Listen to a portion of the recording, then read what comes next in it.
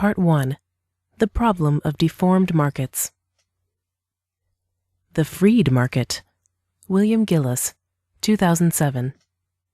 One of the tactics I've taken up in the anarchist economics wars is to refer to our modern corporatist, mercantilist, Lovecraftian mix of economic systems as capitalism, and when referencing ANCAPs, go out of my way to use anarcho-capitalist and anarcho-capitalist as distinct labels. These have proved decent, if not pretty effective ways of kicking a wedge into their thinking and forcing a degree of nuance into the discussion. But their distinctions, primarily aimed at the willfully ignorant, bullying Reds who, while certainly annoying, are nowhere near as atrocious as the out-and-out vulgar libertarians. The corporate apologists who actually approve of the modern cesspit the Reds call capitalism, you know the ones. The contrarian brats who consider Somalia a utopia. The ones that fit the Reds' stereotypes so hardcore that all intelligence is immediately sucked into an event horizon of, poor people obviously deserve to starve, screw 'em! And, yeah, well, after the revolution, we'll put your family in death camps and expropriate all your stuff. Well, by blessed typo, I've stumbled across a very effective counter to them. Instead of referring to the behavior and dynamics of the free market, I refer instead to a freed market. You'd be surprised how much of a difference a change of tense can make. Free market makes it sound like such a thing already exists, and thus passively perpetuates the Red myth that corporatism and wanton accumulation of capital are the natural consequences of free association and competition between individuals. It is not. But freed has an element of distance and, what's more, a degree of action to it. It becomes so much easier to state things like, freed markets don't have corporations. A freed market naturally equalizes wealth. Social hierarchy is by definition inefficient, and this is particularly evident in freed markets. It moves us out of the present tense and into the theoretical realm of after the revolution, where, like the Reds, we can still use present-day examples to back theory, but we're not tied into implicitly defending every horror in today's market.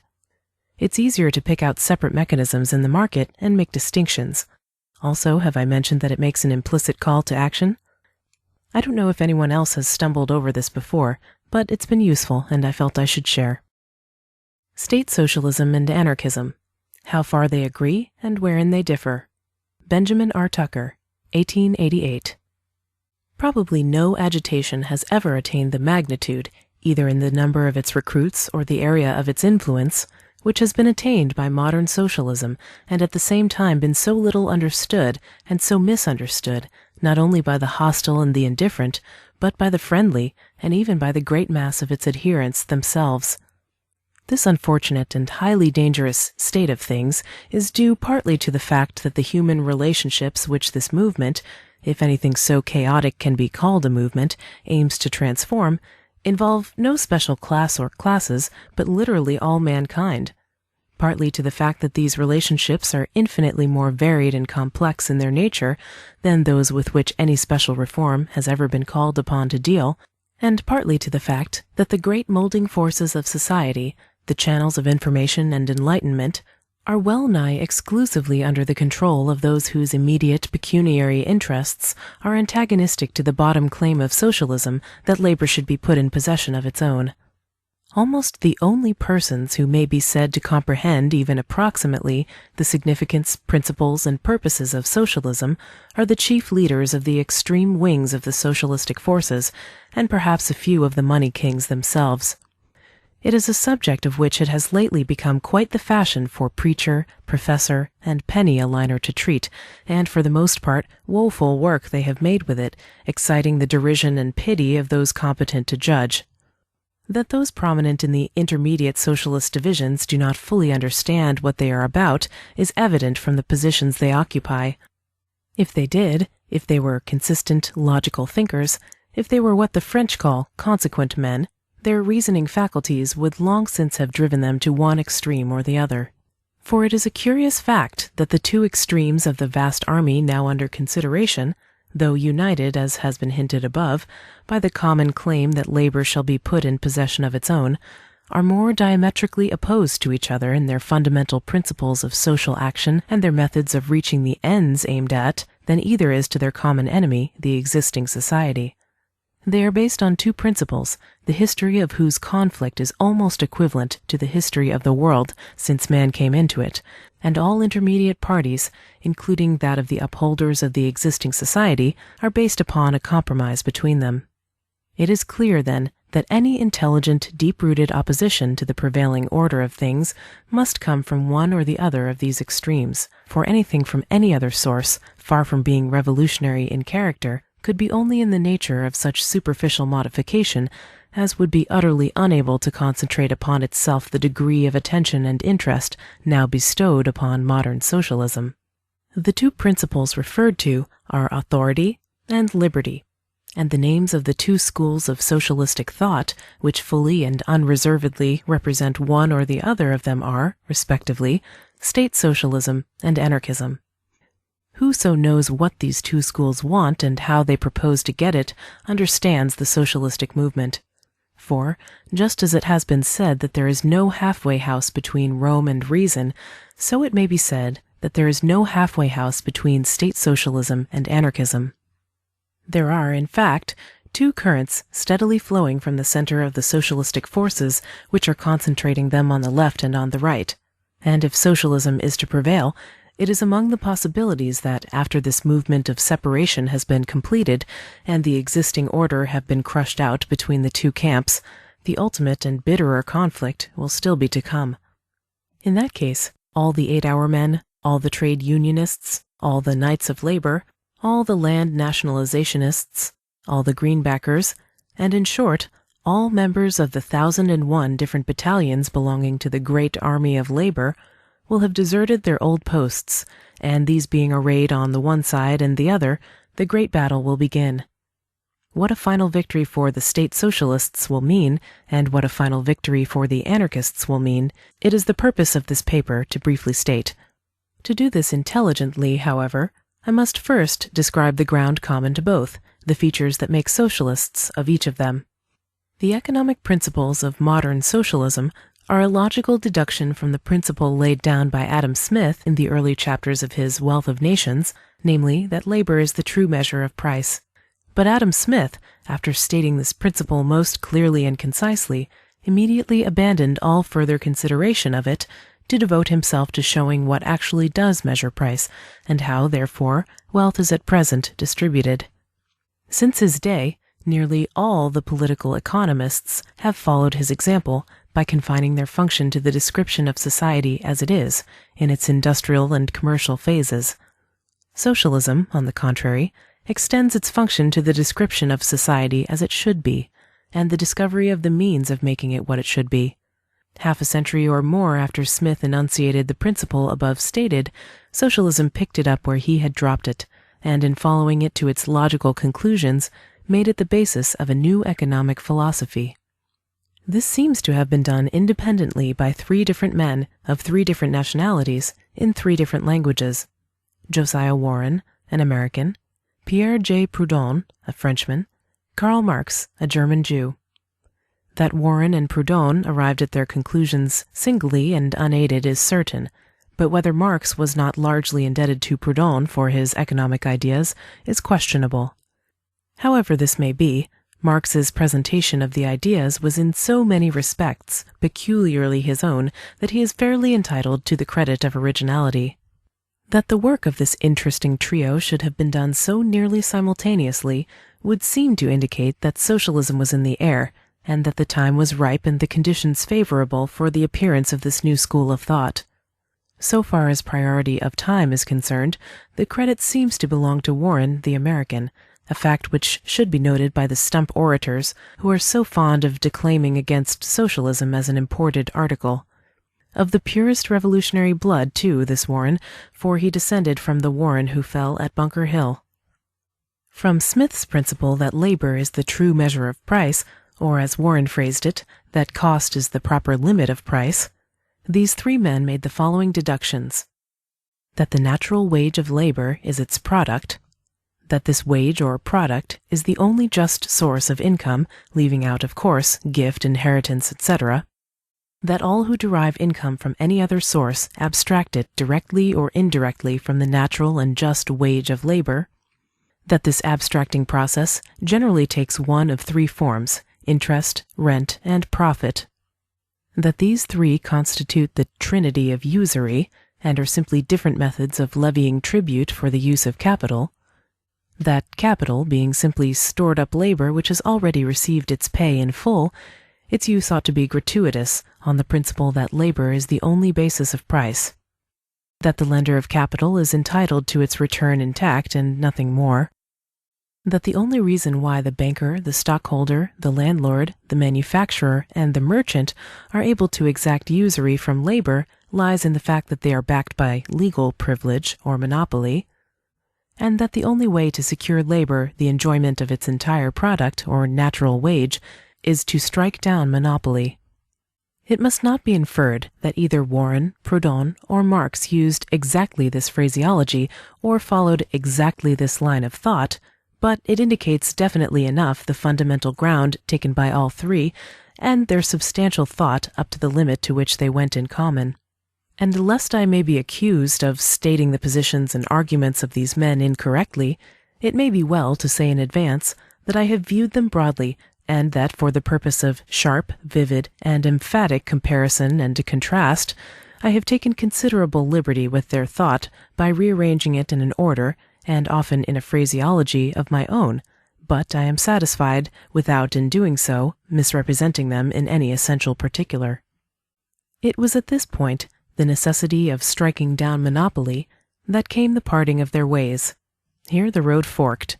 They found that they must either turn to the right or to the left, follow either the path of authority or the path of liberty. Marx went one way, Wherein and Proudhon the other. Thus were born state socialism and anarchism. First, then, state socialism, which may be described as the doctrine that all the affairs of men should be managed by the government, regardless of individual choice. Marx, its founder, concluded that the only way to abolish the class monopolies was to centralize and consolidate all industrial and commercial interests, all productive and distributive agencies, in one vast monopoly in the hands of the state. The government must become banker, manufacturer, farmer, carrier, and merchant, and in these capacities must suffer no competition. Land, tools, and all instruments of production must be wrested from individual hands and made the property of the collectivity. To the individual can belong only the products to be consumed, not the means of producing them. A man may own his clothes and his food, but not the sewing machine which makes his shirts or the spade which digs his potatoes. Product and capital are essentially different things. The former belongs to individuals, the latter to society. Society must seize the capital which belongs to it, by the ballot if it can, by revolution if it must. Once in possession of it, it must administer it on the majority principle, through its organ the state, utilize it in production and distribution, fix all prices by the amount of labor involved, and employ the whole people in its workshops, farms, stores, etc. The nation must be transformed into a vast bureaucracy, and every individual into a state official. Everything must be done on the cost principle, the people having no motive to make a profit out of themselves. Individuals not being allowed to own capital, no one can employ another, or even himself. Every man will be a wage receiver, and the state the only wage payer. He who will not work for the state must starve, or more likely go to prison. All freedom of trade must disappear. Competition must be utterly wiped out. All industrial and commercial activity must be centered in one vast, enormous, all-inclusive monopoly. The remedy for monopolies is monopoly. Such is the economic program of state socialism as adopted from Karl Marx. The history of its growth and progress cannot be told here. In this country, the parties that uphold it are known as the Socialistic Labor Party, which pretends to follow Karl Marx, the Nationalists, who follow Karl Marx filtered through Edward Bellamy, and the Christian Socialists, who follow Karl Marx filtered through Jesus Christ. What other applications this principle of authority, once adopted in the economic sphere, will develop is very evident. It means the absolute control by the majority of all individual conduct. The right of such control is already admitted by the state socialists, though they maintain that, as a matter of fact, the individual would be allowed a much larger liberty than he now enjoys.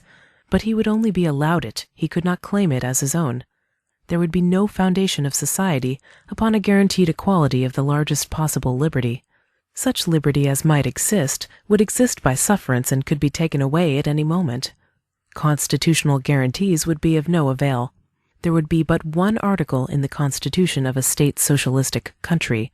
The right of the majority is absolute. The claim of the state socialists, however, that this right would not be exercised in matters pertaining to the individual in the more intimate and private relations of his life, is not borne out by the history of governments. It has ever been the tendency of power to add to itself, to enlarge its sphere, to encroach beyond the limits set for it, and where the habit of resisting such encroachment is not fostered, and the individual is not taught to be jealous of his rights, individuality gradually disappears, and the government or state becomes the all in all. Control naturally accompanies responsibility. Under the system of state socialism, therefore, which holds the community responsible for the health, wealth, and wisdom of the individual, it is evident that the community, through its majority expression, will insist more and more in prescribing the conditions of health, wealth, and wisdom, thus impairing and finally destroying individual independence, and with it all sense of individual responsibility.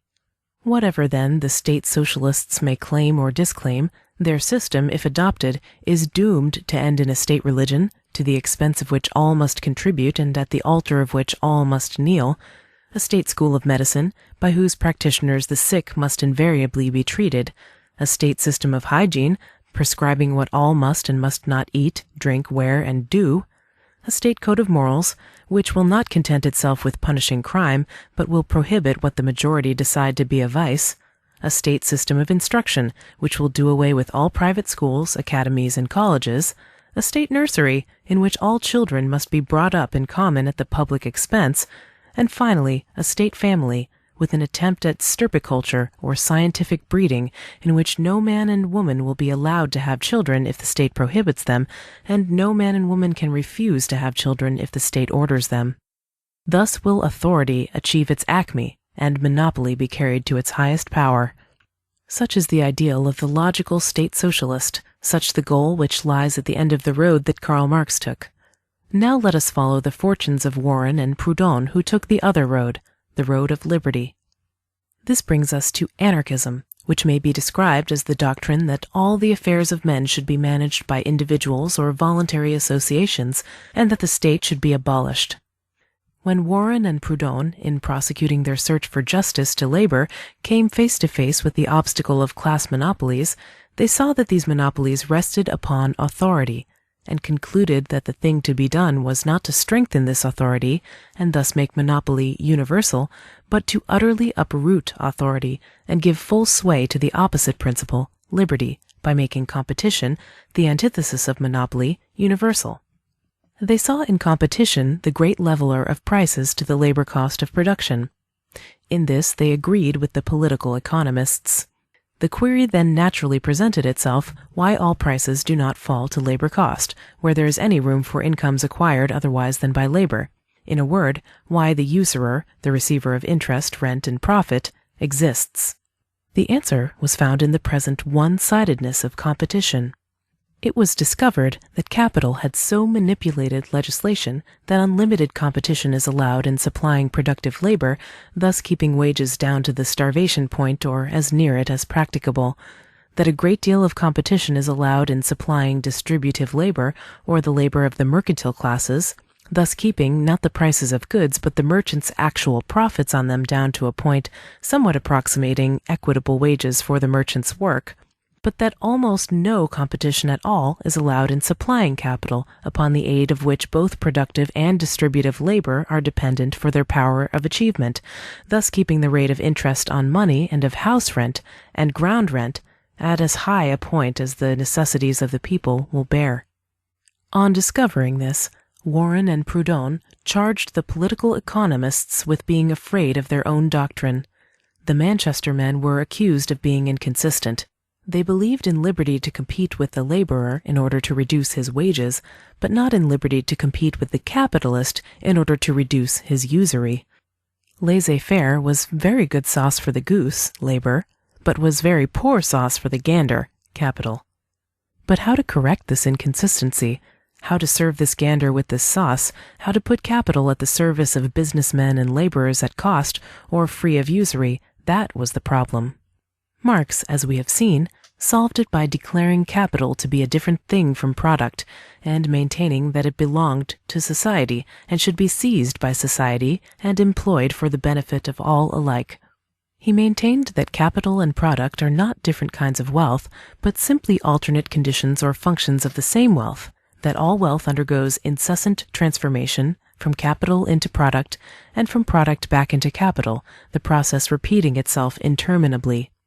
That capital and product are purely social terms, that what is product to one man immediately becomes capital to another and vice versa, that if there were but one person in the world, all wealth would be to him at once capital and product, that the fruit of A's toil is his product, which, when sold to B, becomes B's capital, unless B is an unproductive consumer, in which case it is merely wasted wealth outside the view of social economy, that a steam engine is just as much a product as a coat, and that a coat is just as much capital as a steam engine, and that the same laws of equity govern the possession of the one that govern the possession of the other. For these and other reasons, Proudhon and Wherein found themselves unable to sanction any such plan as the seizure of capital by society.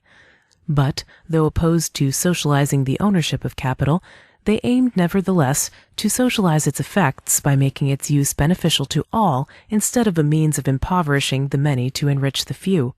And when the light burst in upon them, they saw that this could be done by subjecting capital to the natural law of competition, thus bringing the price of its own use down to cost, that is, to nothing beyond the expenses incidental to handling and transferring it.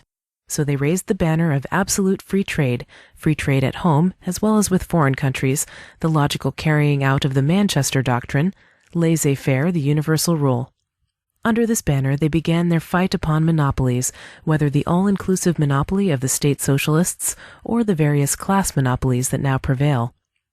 Of the latter they distinguished four of principal importance: the money monopoly, the land monopoly, the tariff monopoly, and the patent monopoly. First in the importance of its evil influence, they considered the money monopoly, which consists of the privilege given by the government to certain individuals, or to individuals holding certain kinds of property, of issuing the circulating medium, a privilege which is now enforced in this country by a national tax of 10% upon all other persons who attempt to furnish a circulating medium, and by state laws making it a criminal offense to issue notes as currency.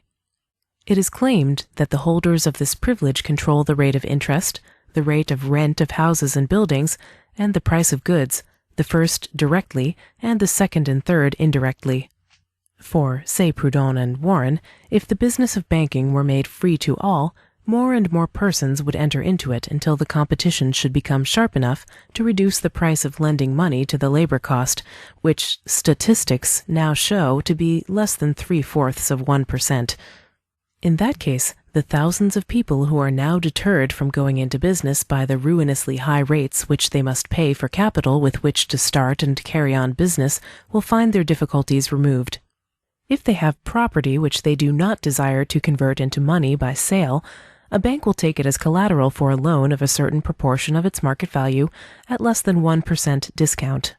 If they have no property, but are industrious, honest, and capable, they will generally be able to get their individual notes endorsed by a sufficient number of known and solvent parties, and on such business paper they will be able to get a loan at a bank on similarly favorable terms.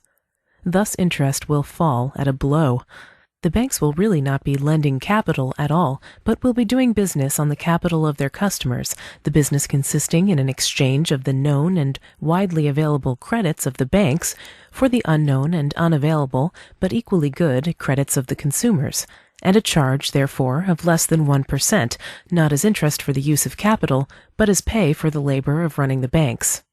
This facility of acquiring capital will give an unheard-of impetus to business, and consequently create an unprecedented demand for labor, a demand which will always be in excess of the supply, directly to the contrary of the present condition of the labor market.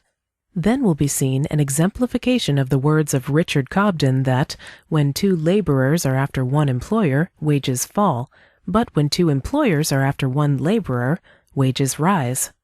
Labor will then be in a position to dictate its wages, and will thus secure its natural wage, its entire product. Thus the same blow that strikes interest down will send wages up. But this is not all. Down will go profits also. For merchants, instead of buying at high prices on credit, will borrow money of the banks at less than 1%, buy at low prices for cash, and correspondingly reduce the prices of their goods to their customers. And with the rest will go house rent, for no one who can borrow capital at 1%, with which to build a house of his own, will consent to pay rent to a landlord at a higher rate than that. Such is the vast claim made by Proudhon and Wherein as to the results of the simple abolition of the money monopoly. Second in importance comes the land monopoly, the evil effects of which are seen principally in exclusively agricultural countries like Ireland. This monopoly consists in the enforcement by government of land titles which do not rest upon personal occupancy and cultivation. It was obvious to Wherein and Proudhon that, as soon as individualists should no longer be protected by their fellows in anything but personal occupancy and cultivation of land, ground rent would disappear, and so usury have one less leg to stand on. Their followers of today are disposed to modify this claim to the extent of admitting that the very small fraction of ground rent which rests not on monopoly, but on superiority of soil or site, will continue to exist for a time and perhaps forever, though tending constantly to a minimum under conditions of freedom. But the inequality of soils which gives rise to the economic rent of land, like the inequality of human skill which gives rise to the economic rent of ability, is not a cause for serious alarm even to the most thorough opponent of usury, as its nature is not that of a germ from which other and graver inequalities might spring, but rather that of a decaying branch which may finally wither and fall. Third, the tariff monopoly, which consists in fostering production at high prices and under unfavorable conditions by visiting with the penalty of taxation those who patronize production at low prices and under favorable conditions. The evil to which this monopoly gives rise might more properly be called misusury than usury, because it compels labor to pay not exactly for the use of capital, but rather for the misuse of capital. The abolition of this monopoly would result in great reduction in the prices of all articles taxed, and this saving to the laborers who consume these articles would be another step towards securing to the laborer his natural wage, his entire product. Proudhon admitted, however, that to abolish this monopoly before abolishing the money monopoly would be a cruel and disastrous police, first because the evil of scarcity of money, created by the money monopoly, would be intensified by the flow of money out of the country, which would be involved in an excess of imports over exports, and second, because that fraction of the laborers of the country which is now employed in the protected industries would be turned adrift to face starvation without the benefit of the insatiable demand for labor which a competitive money system would create. Free trade in money at home, making money and work abundant, was insisted upon by Proudhon as a prior condition of free trade in goods with foreign countries. Fourth, the patent monopoly, which consists in protecting inventors and authors against competition for a period long enough to enable them to extort from the people a reward enormously in excess of the labor measure of their services. In other words, in giving certain people a right of property for a term of years in laws and facts of nature, and the power to exact tribute from others for the use of this natural wealth which should be open to all. The abolition of this monopoly would fill its beneficiaries with a wholesome fear of competition, which would cause them to be satisfied with pay for their services equal to that which other laborers get for theirs, and to secure it by placing their products and works on the market at the outset at prices so low that their lines of business would be no more tempting to competitors than any other lines. The development of the economic program, which consists in the destruction of these monopolies and the substitution for them of the freest competition, led its authors to a perception of the fact that all their thought rested upon a very fundamental principle, the freedom of the individual, his right of sovereignty over himself, his products, and his affairs, and of rebellion against the dictation of external authority.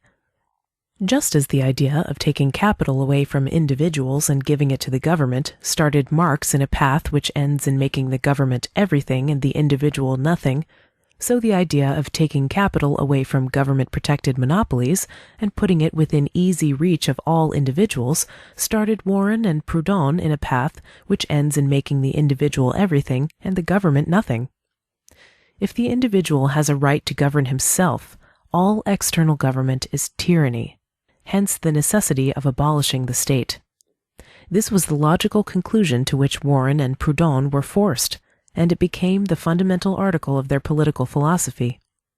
It is the doctrine which Proudhon named anarchism, a word derived from the Greek, and meaning not necessarily absence of order, as is generally supposed, but an absence of rule.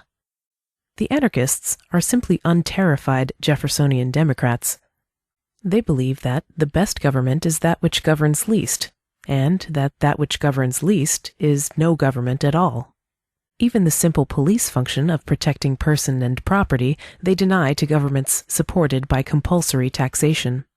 Protection they look upon as a thing to be secured, as long as it is necessary, by voluntary association and cooperation for self-defense, or as a commodity to be purchased like any other commodity, of those who offer the best article at the lowest price.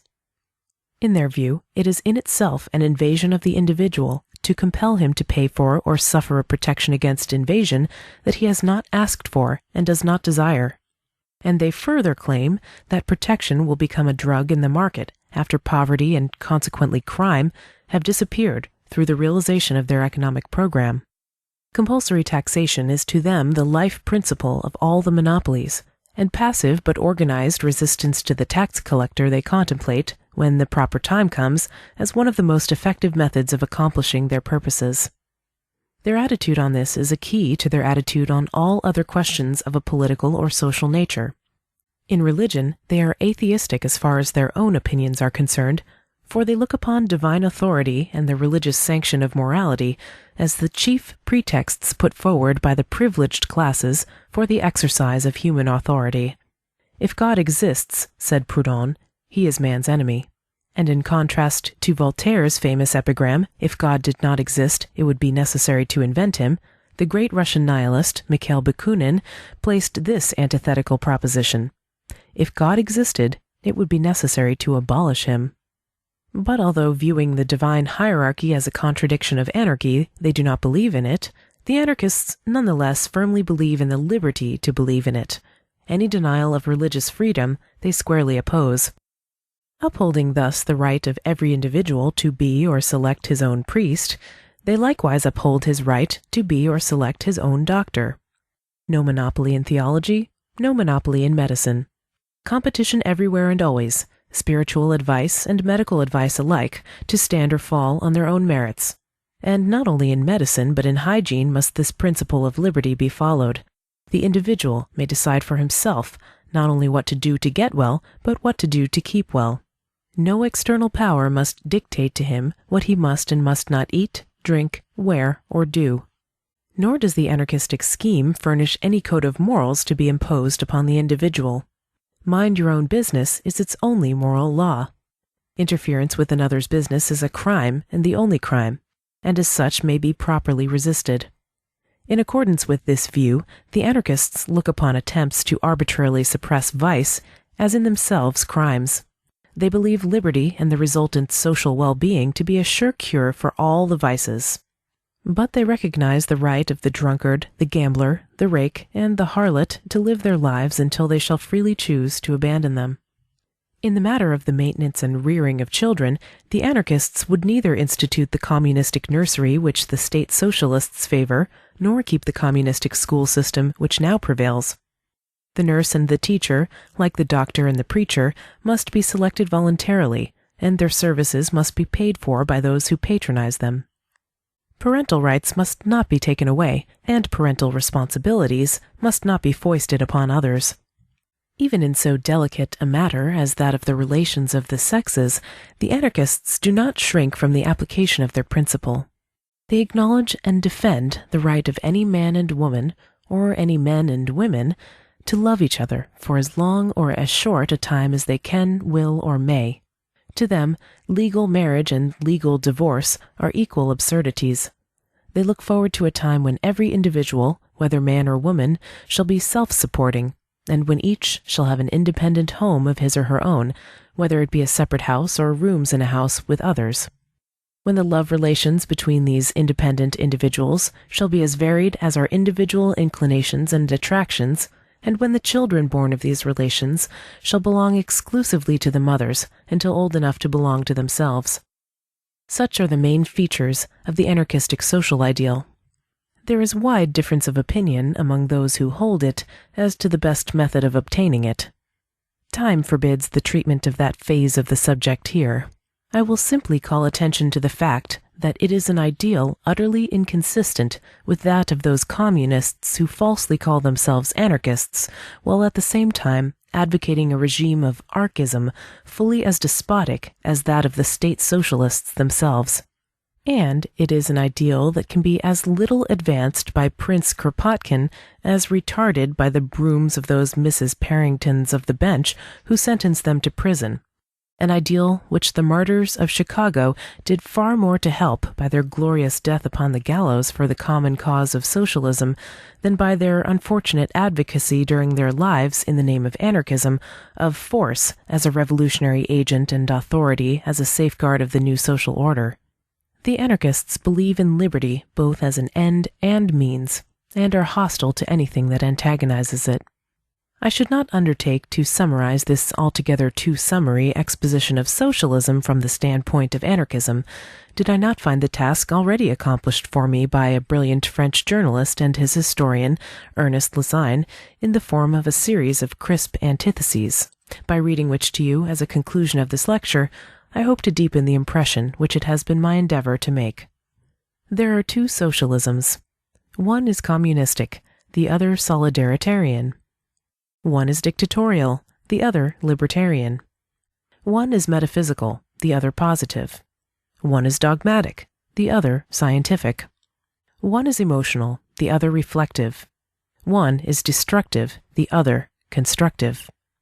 Both are in pursuit of the greatest possible welfare for all.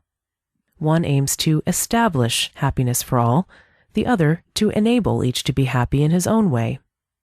The first regards the state as a society sui generis, of an especial essence, the product of a sort of divine right outside of and above all society, with special rights and able to exact special obediences. The second considers the state as an association like any other, generally managed worse than others. The first proclaims the sovereignty of the state, the second recognizes no sort of sovereign. One wishes all monopolies to be held by the state. The other wishes the abolition of all monopolies. One wishes the governed class to become the governing class. The other wishes the disappearance of classes. Both declare that the existing state of things cannot last. The first considers revolutions as the indispensable agent of evolutions. The second teaches that repression alone turns evolutions into revolution. The first has faith in a cataclysm. The second knows that social progress will result from the free play of individual efforts. Both understand that we are entering upon a new historic phase. One wishes that there should be none but proletaires. The other wishes that there should be no more proletaires. The first wishes to take everything away from everybody. The second wishes to leave each in possession of its own. The one wishes to expropriate everybody. The other wishes everybody to be a proprietor. The first says, "Do as the government wishes." The second says, "Do as you wish yourself." The former threatens with despotism. The latter promises liberty. The former makes the citizen the subject of the state. The latter makes the state the employee of the citizen. One proclaims that labor pains will be necessary to the birth of a new world. The other declares that real progress will not cause suffering to anyone. The first has confidence in social war. The other believes only in the works of peace. One aspires to command, to regulate, to legislate. The other wishes to obtain the minimum of command, of regulation, of legislation. One would be followed by the most atrocious of reactions. The other opens unlimited horizons to progress. The first will fail. The other will succeed. Both desire equality, one by lowering heads that are too high, the other by raising heads that are too low. One sees equality under a common yoke, the other will secure equality in complete liberty. One is intolerant, the other tolerant. One frightens, the other reassures. The first wishes to instruct everybody. The second wishes to enable everybody to instruct himself. The first wishes to support everybody. The second wishes to enable everybody to support himself. One says, the land to the state, the mine to the state, the tool to the state, the product to the state. The other says, the land to the cultivator, the mine to the miner, the tool to the laborer, the product to the producer. There are only these two socialisms. One is the infancy of socialism, the other is its manhood. One is already the past, the other is the future. One will give place to the other. Today, each of us must choose for the one or the other of these two socialisms, or else confess that he is not a socialist. General idea of the Revolution in the 19th century. Pierre-Joseph Proudhon, 1851. Is there sufficient reason for revolution in the 19th century? Chaos of economic forces. Tendency of society toward poverty. I call certain principles of action economic forces, such as the division of labor, competition, collective force, exchange, credit, property, etc., which are to labor and to wealth what the distinction of classes, the representative system, monarchical heredity, administrative centralization, the judicial hierarchy, etc., are to the state.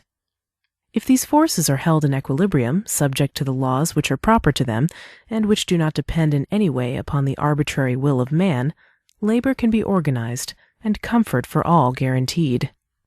If, on the other hand, they are left without discretion and without counterpoise, labor is in a condition of chaos. The useful effects of the economic forces are mingled with an equal quantity of injurious effects. The deficit balances the profit. Society, in so far as it is the theater, the agent or the subject of production, circulation, and competition, is in a condition of increasing suffering. Up to now, it does not appear that order in a society can be conceived except under one of these two forms, the political and the industrial, between which, moreover, there is fundamental contradiction. The chaos of industrial forces, the struggle which they maintain with the government system, which is the only obstacle to their organization, and which they cannot reconcile themselves with, nor merge themselves in, is the real profound cause of the unrest which disturbs French society. Everybody has heard of the division of labor. It consists of the distribution of the handwork of a given industry in such a manner that each person performs always the same operation or a small number of operations, so that the product, instead of being the integral product of one workman, is the joint product of a large number. According to Adam Smith, who first demonstrated this law scientifically, and all other economists, the division of labor is the most powerful lever of modern industry. To it principally must be attributed the superiority of civilized peoples to savage peoples. Without division of labor, the use of machines would not have gone beyond the most ancient and common utensils. The miracles of machinery and of steam would never have been revealed to us. Progress would have been closed to society. The French Revolution itself, lacking an outlet, would have been but a sterile revolt. It could have accomplished nothing. But, on the other hand, by division of labor, the product of labor mounts to tenfold, 100-fold. Political economy rises to the height of a philosophy. The intellectual level of nations is continually raised. The first thing that should attract the attention of the legislator is the separation of industrial functions, the division of labor, in a society founded upon hatred of the feudal and warlike order and destined in consequence to organize itself for work and peace. It was not done thus. This economic force was left to all the overturns caused by chance and by interest. The division of labor, becoming always more minute and remaining without counterpoise, the workman has been given over to a more and more degrading subjection to machinery. That is the effect of the division of labor when it is applied as practiced in our days, not only to make industry incomparably more productive, but at the same time to deprive the worker in mind and body of all the wealth which it creates for the capitalist and the speculator. All of the economists are in accord as to this fact, one of the most serious which the science has to announce, and if they do not insist upon it with the vehemence which they habitually use in their polemics, it is because they cannot believe that this perversion of the greatest of economic forces can be avoided. So the greater the division of labor and the power of machines, the less the intelligence and skill of hand of the worker. But the more the value of the worker falls and the demand for labor diminishes, the lower are wages and the greater is poverty. And it is not a few hundreds of men, but millions who are the victims of this economic perturbation.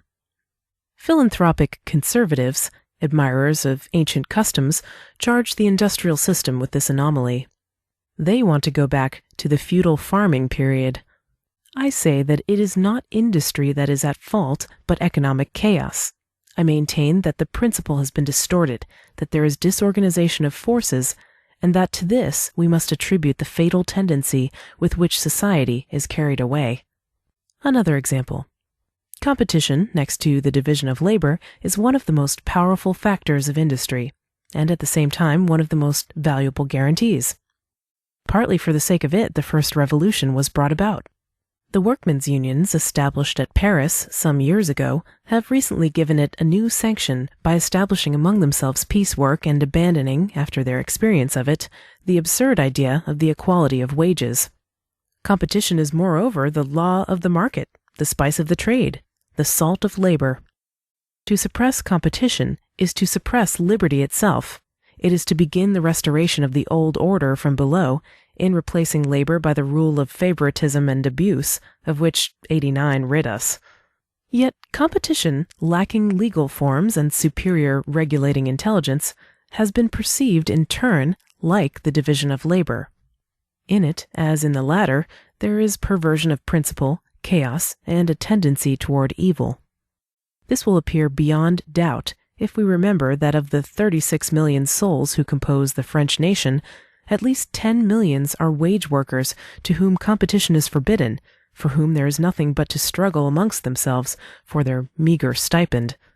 Thus that competition, which as thought in 89 should be a general right, is today a matter of exceptional privilege. Only they whose capital permits them to become heads of business concerns may exercise their competitive rights. The result is that competition, instead of democratizing industry, aiding the workman, guaranteeing the honesty of trade, has ended in building up a mercantile and land aristocracy 1,000 times more rapacious than the old aristocracy of the nobility. Through competition, all the profits of production go to capital. The consumer, without suspecting the frauds of commerce, is fleeced by the speculator, and the condition of the workers is made more and more precarious. Competition ought to make us more and more equal and free, and instead it subordinates us one to the other, and makes the worker more and more a slave. This is a perversion of the principle, a forgetfulness of the law. These are not mere accidents, they are a whole system of misfortunes. Let us cite one more example. Of all economic forces, the most vital in a society reconstructed for industry by revolution is credit. The proprietary, industrial, trading business world knows this well. All its efforts since 89 have tended at the bottom toward only these two things, peace and credit. In a nation devoted to labor, credit is what blood is to an animal, the means of nutrition, life itself. It cannot be interrupted without danger to the social body. If there is a single institution which should have appealed before all others to our legislators after the abolition of feudal privileges and the leveling of classes, assuredly it is credit. Yet not one of our pompous declarations of right, not one of our constitutions so long and drawn out, not one of these has mentioned it at all. Credit, like the division of labor, the use of machinery, and competition, has been left to itself. Even the financial power, far greater than that of the executive, legislative, and judicial, has never had the honor of mention in our various charters. After the Revolution as before it, credit got along as best it could, or rather, as it pleased the largest holders of coin. What has been the result of this incredible negligence? In the first place, forestalling and usury being practiced upon coin by preference, coin being at the same time the tool of industrial transactions and the rarest of merchandise, and consequently the safest and most profitable, dealing in money was rapidly concentrated in the hands of a few monopolists whose fortress is the bank. Thereupon the country and the state were made the vassals of a coalition of capitalists. Thanks to the tax imposed by this bankocracy upon all industrial and agricultural industry, property has already been mortgaged for $2 billion and the state for more than $1 billion. Property, fleeced by the bank, has been obliged to follow the same course in its relations with industry, to become a usurer in turn toward labor. Thus, farm rent and house rent have reached a prohibitive rate, which drives the cultivator from the field and the workman from his home. So much so that today they whose labor has created everything cannot buy their own products, nor obtain furniture, nor own a habitation, nor ever say, this house, this garden, this vine, this field, are mine. On the contrary, it is an economic necessity in the present system of credit, and with the growing disorganization of industrial forces, that the poor man, working harder and harder, should always be poorer, and that the rich man, without working, always richer. Some utopians attack competition.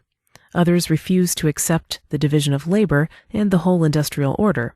The working men, in their crass ignorance, blame machinery. No one to this day has thought of denying the utility and legitimacy of credit. Nevertheless, it is incontestable that the perversion of credit is the most active cause of the poverty of the masses. Were it not for this, the deplorable effects of the division of labor, of the employment of machinery, of competition, would scarcely be felt at all, would not even exist. Is it not evident that the tendency of society is towards poverty, not through the depravity of men, but through the disorder of its own elementary principles? Anomaly of government, tendency toward tyranny and corruption. What is the principle which rules existing society? Each by himself, each for himself. God and luck for all. Privilege, resulting from luck, from a commercial turn, from any of the gambling methods which the chaotic condition of industry furnishes, is then a providential thing which everybody must respect. On the other hand, what is the function of government? To protect and defend each one in his person, his industry, his property. But if by the necessity of things, property, riches, comfort, all go on one side, poverty on the other, it is clear that government is made for the defense of the rich against the poor. For the perfecting of this state of affairs, it is necessary that what exists should be defined and consecrated by law. That is precisely what power wants. What does the system demand?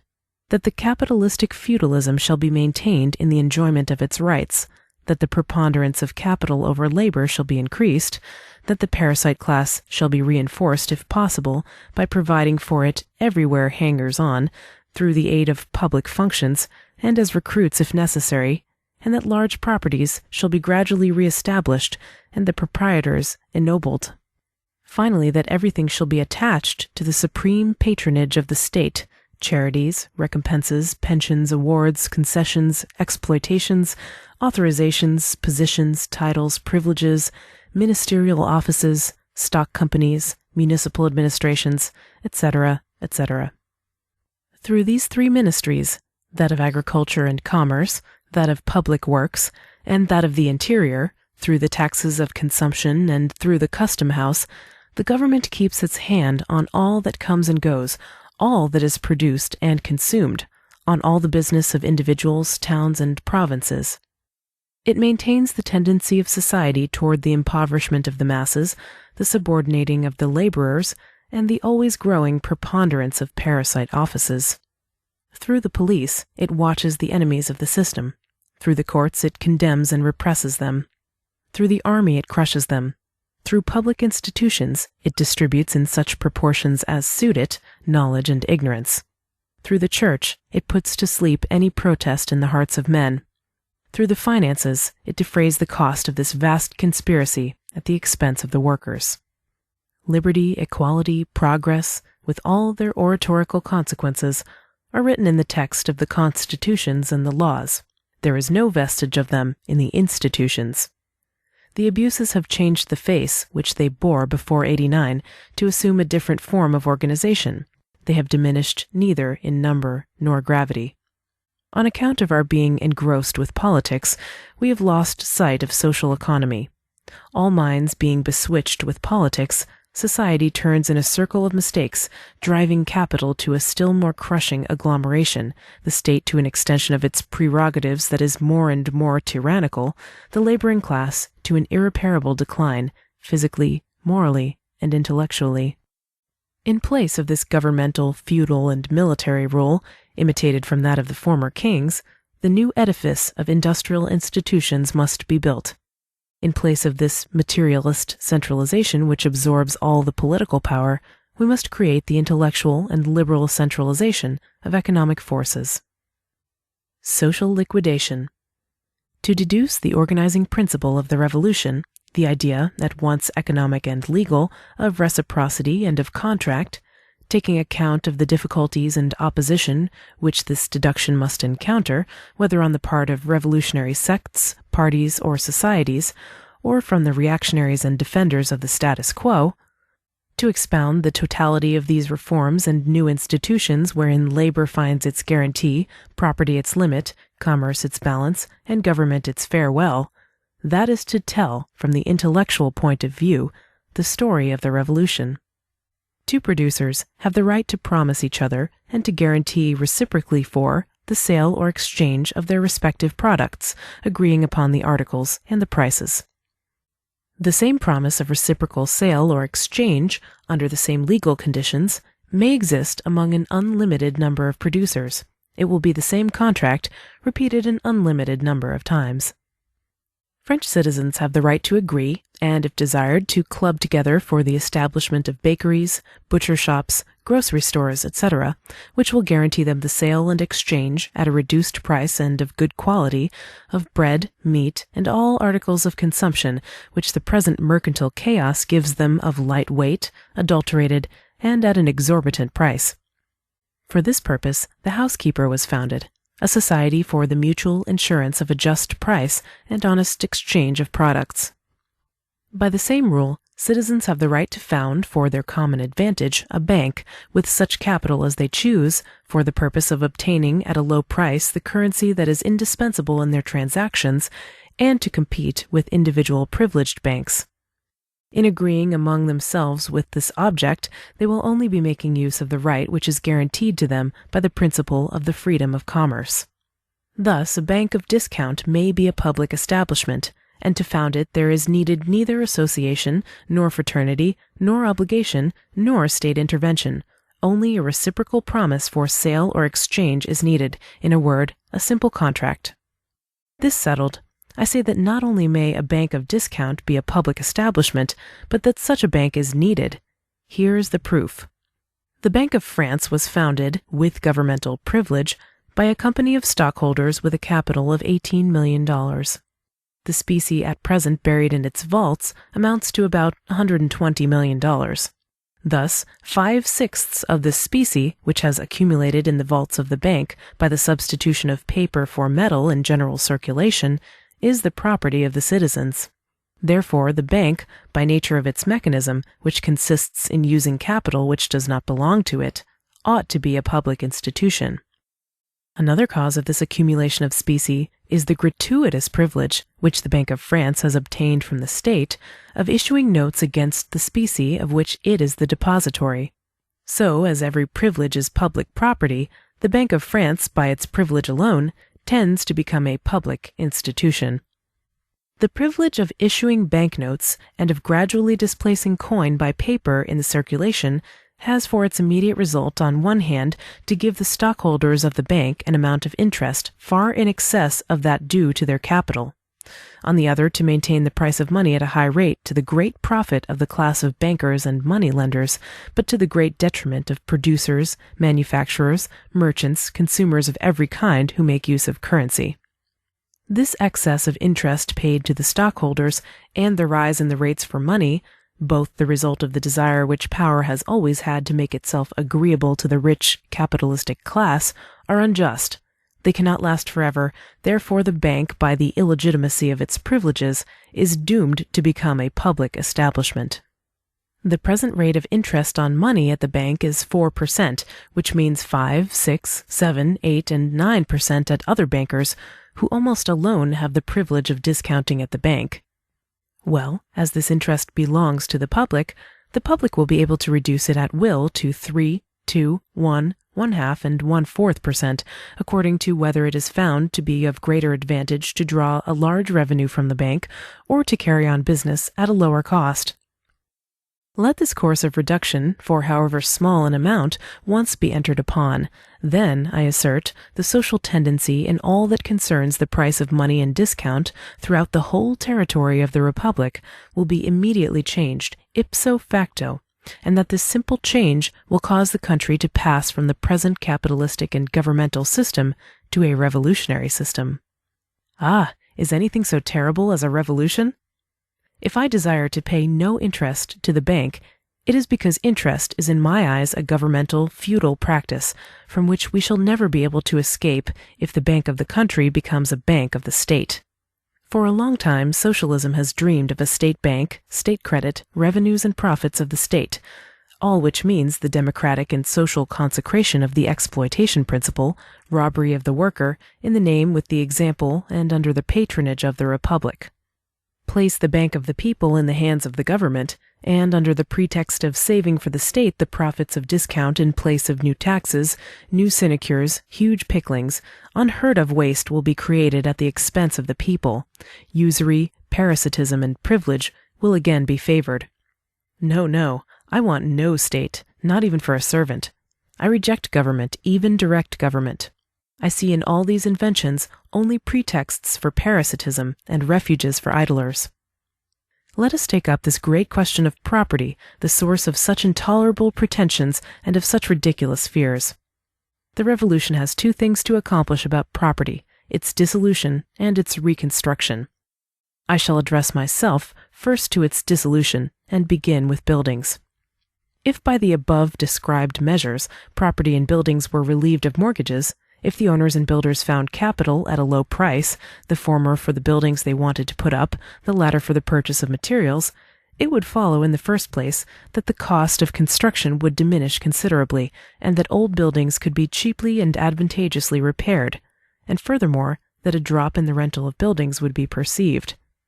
On the other hand, as capital could no longer be invested with advantage in government securities and in banks, capitalists would be led to seek investments in real estate, especially in buildings which are always more productive than land. There would thereupon occur in this matter also an increase of competition. The supply of buildings would tend to outrun the demand, and the rentals would fall still lower. It would fall so much the more as the reduction of interest collected by the bank and paid to the creditors of the state was greater, and if, as I propose, the interest of money were fixed at 0, the returns of capital invested in buildings would soon be 0 also. Then, as the rental of buildings is composed of but 3 factors, the reimbursement of the capital spent in their construction, the keeping up of the building, and the taxes, a lease would cease to be a loan for use, and would become a sale by the builder to the tenant. Finally, as speculation would no longer seek buildings as an investment, but only as an object of industry, the purely legal relation of landlord and tenant, which the Roman law has transmitted to us, would give place to a purely commercial relation between the seller and the tenant. There would be the same relation, and in consequence the same law, the same jurisdiction, as between the forwarder of a package and the consignee.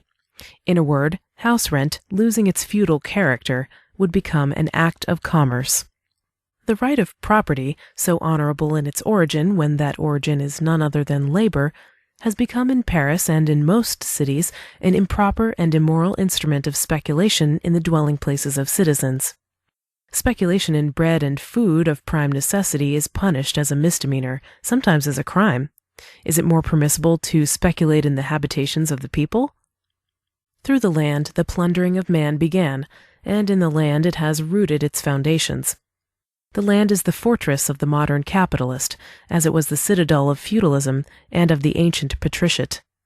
Finally, it is the land which gives authority to the governmental principle, and ever-renewed strength whenever the popular Hercules overthrows the giant.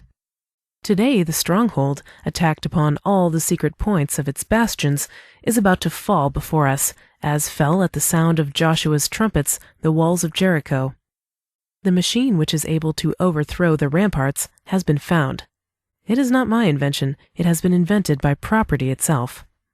Suppose that the proprietors, no longer waiting for the government to act but taking their affairs into their own hands, follow the example of the workmen's associations and get together to found a bank by subscription or mutual guarantee.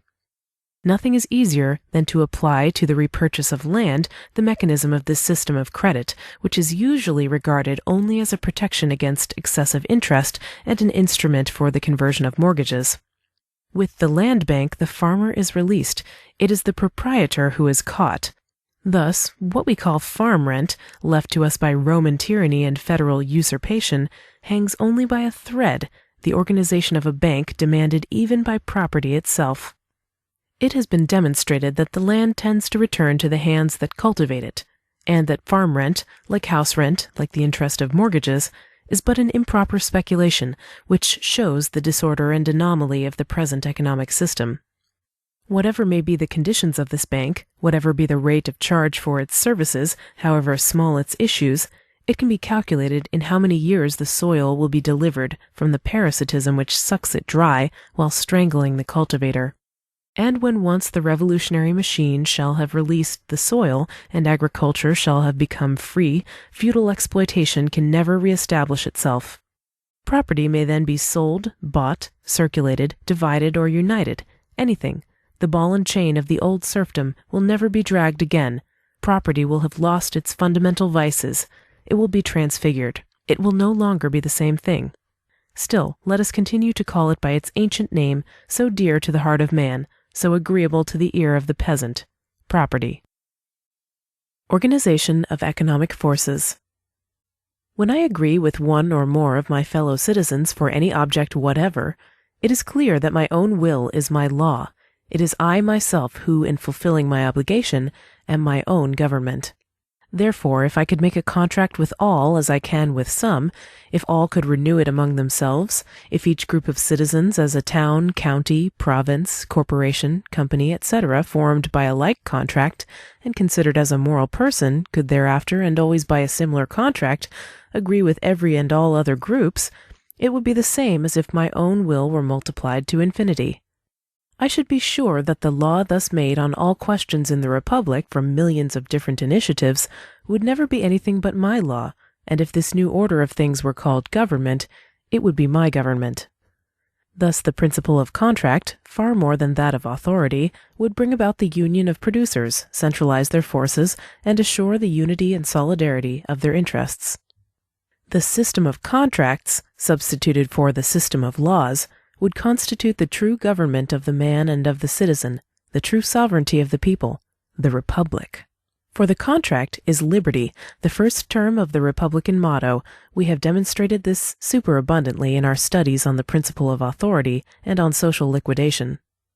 I am not free when I depend upon another for my work, my wages, or the measure of my rights and duties, whether that other be called the majority or society. No more am I free, either in my sovereignty or in my action, when I am compelled by another to revise my law, were that other the most skillful and most just of arbiters. I am no more at all free when I am forced to give myself a representative to govern me, even if he were my most devoted servant. The contract is equality in its profound and spiritual essence. Does this man believe himself my equal? Does he not take the attitude of my master and exploiter, who demands from me more than it suits me to furnish and has no intention of returning it to me? Who says that I am incapable of making my own law and expects me to submit to his?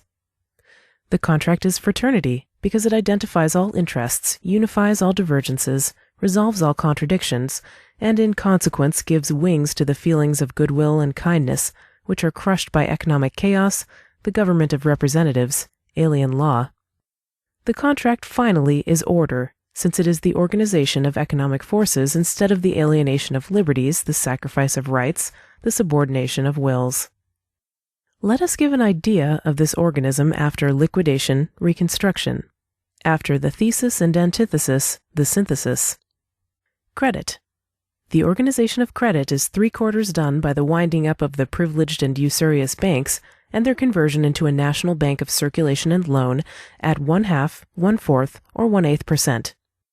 It remains only to establish branches of the bank wherever necessary, and to gradually retire specie from circulation, depriving gold and silver of their privilege as money. As for personal credit, it is not for the national bank to have to do with it. It is with the workingmen's unions and the farming and industrial societies that personal credit should be exercised.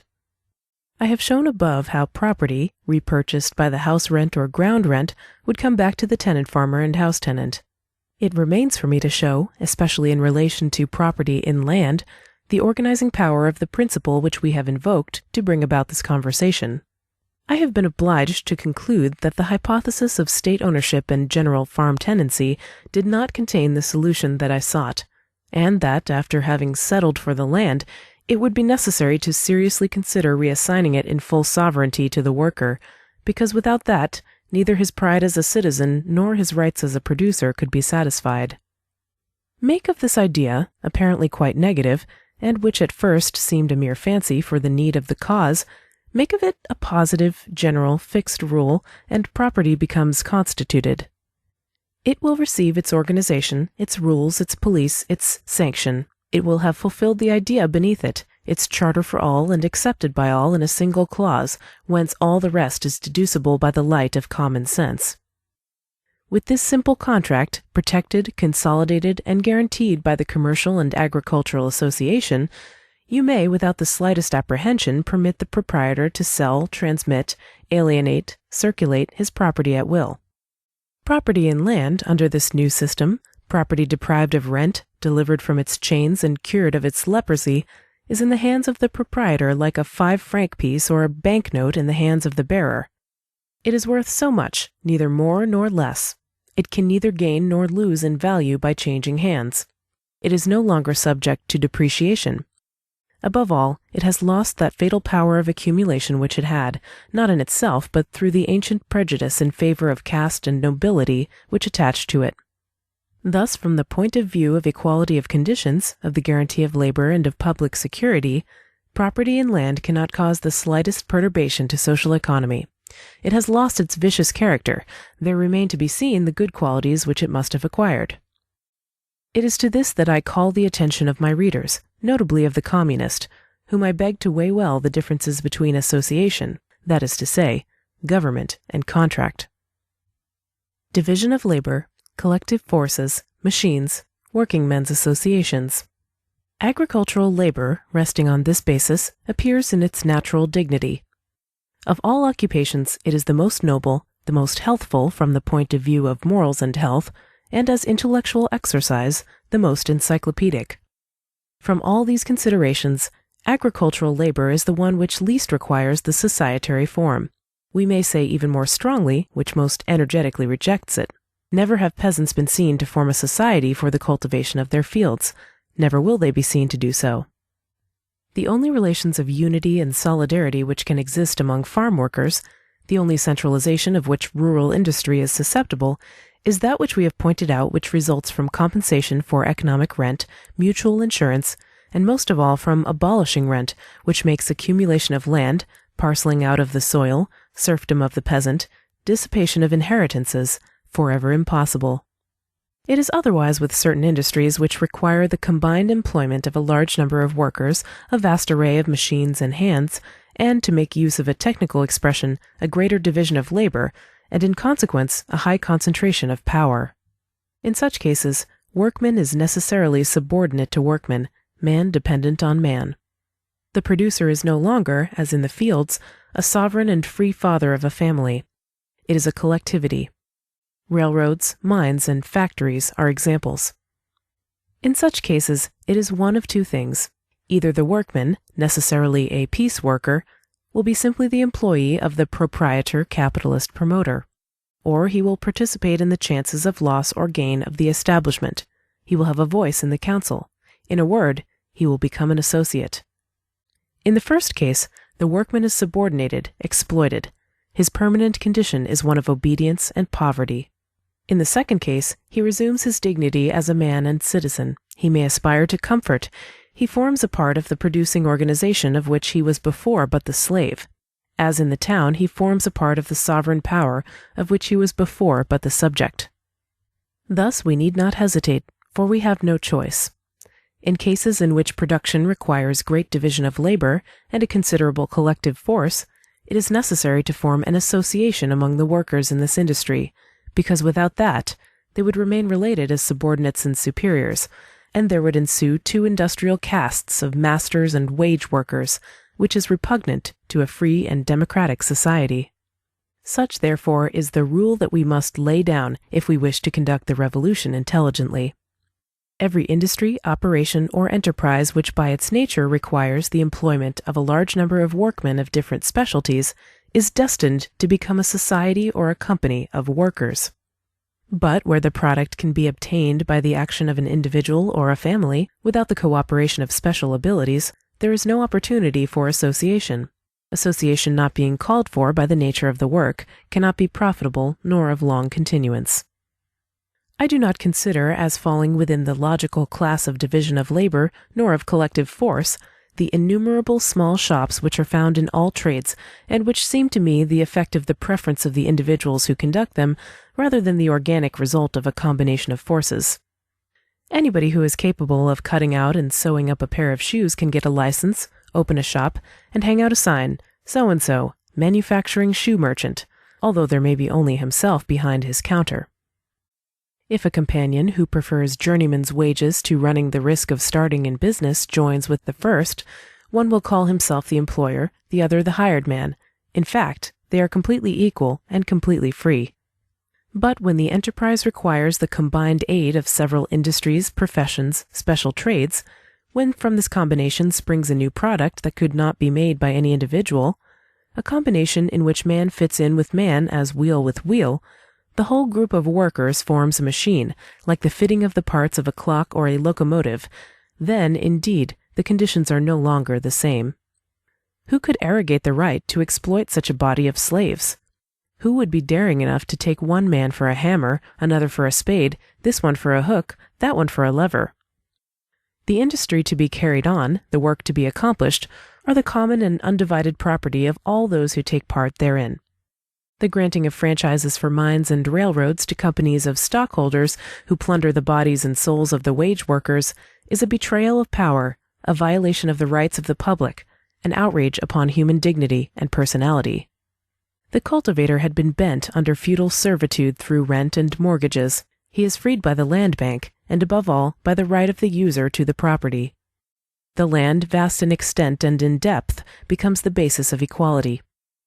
In the same way, the wage worker of the great industries had been crushed into a condition worse than that of the slave by the loss of the advantage of collective force. But by the recognition of his right to the profit from this force of which he is the producer, he resumes his dignity, he regains comfort. The great industries, terrible engines of aristocracy and pauperism, become in their turn one of the principal organs of liberty and public prosperity. By participation in losses and gains, by the graded scale of pay and the successive promotion to all grades and positions, the collective force, which is a product of the community, ceases to be a source of profit to a small number of managers and speculators. It becomes the property of all the workers. At the same time, by a broad education, by the obligation of apprenticeship, and by the cooperation of all who take part in the collective work, the division of labor can no longer be a cause of degradation for the workman. It is, on the contrary, the means of his education and the pledge of his security. Constitution of value, organization of low prices. If commerce or exchange carried on after a fashion is already by its inherent merit a producer of wealth, if for this reason it has been practiced always and by all nations of the globe, if in consequence we must consider it as an economic force, it is not the less true, and it springs from the very notion of exchange, that commerce ought to be so much the more profitable if sales and purchases are made at the lowest and most just price, that is to say, if the products that are exchanged can be furnished in greater abundance and in more exact proportion. Certain economists have nevertheless aspired to erect into a law this mercantile disorder and commercial disturbance. They see in it a principle as sacred as that of the family or of labor. The school of Say, sold out to English and native capitalism, has for 10 years past seemed to exist only to protect and applaud the execrable work of the monopolists of money and necessaries, deepening more and more the obscurity of a science naturally difficult and full of complications. Everybody knows that from the earliest period, exchange has been separated into two elementary operations, sale and purchase. Money is the universal commodity, the tally which serves to connect the two operations and to complete the exchange. According to what we have just said, sale will be genuine, normal, fair from the point of view of economic justice and of value if it is made at a just price as far as human calculation permits this to be established. But unfortunately for humanity, things are not done so in commerce. The price of things is not proportionate to their value. It is larger or smaller according to an influence which justice condemns, but the existing economic chaos excuses: usury. Usury is the arbitrary factor in commerce, inasmuch as under the present system, the producer has no guarantee that he can exchange his product, nor the merchant any certainty of reselling. Each one endeavors to pass off his merchandise at the highest possible price, in order to obtain by the excess of profit the security of which labor and exchange fail sufficiently to assure him. The profit thus obtained in excess of the cost, including the wages of the seller, is called increase. Increase, theft, is therefore compensation for insecurity. Everybody being given to increase, there is reciprocal falsehood in all relations and universal deceit by common consent as to the value of things. This is what the revolution proposes. Since there is a universal tacit agreement among all producers and traders to take from each other increase for their products or services, to work in the dark in their dealings, to play a sharp game, in a word, to take each other by surprise by all the tricks of the trade, why should there not as well be a universal and tacit agreement to renounce increase, that is to say, to sell and pay at the only just price, which is the average cost? What will surprise more than one reader, and what seems at first sight contradictory, is that a just price, like any sort of service or guarantee, must be paid for. The low price of merchandise, like the merchandise itself, must have its recompense. Without this premium offered to the merchant, the just price becomes impossible, the low price a chimera. If the dealer usually refuses to sell his goods at cost, it is on the one hand because he has no certainty of selling enough to secure him an income. On the other, because he has no guarantee that he will obtain like treatment for his purchases. Without this double guarantee, sale at a just price, the same as sale below the market price, is impossible. The only cases in which it occurs arise from failures and liquidations. Do you wish, then, to obtain goods at a just price, to gain the advantage of a low price, to practice a truth-telling commerce, to assure equality in exchange? You must offer the merchant a sufficient guarantee. This guarantee may take various forms.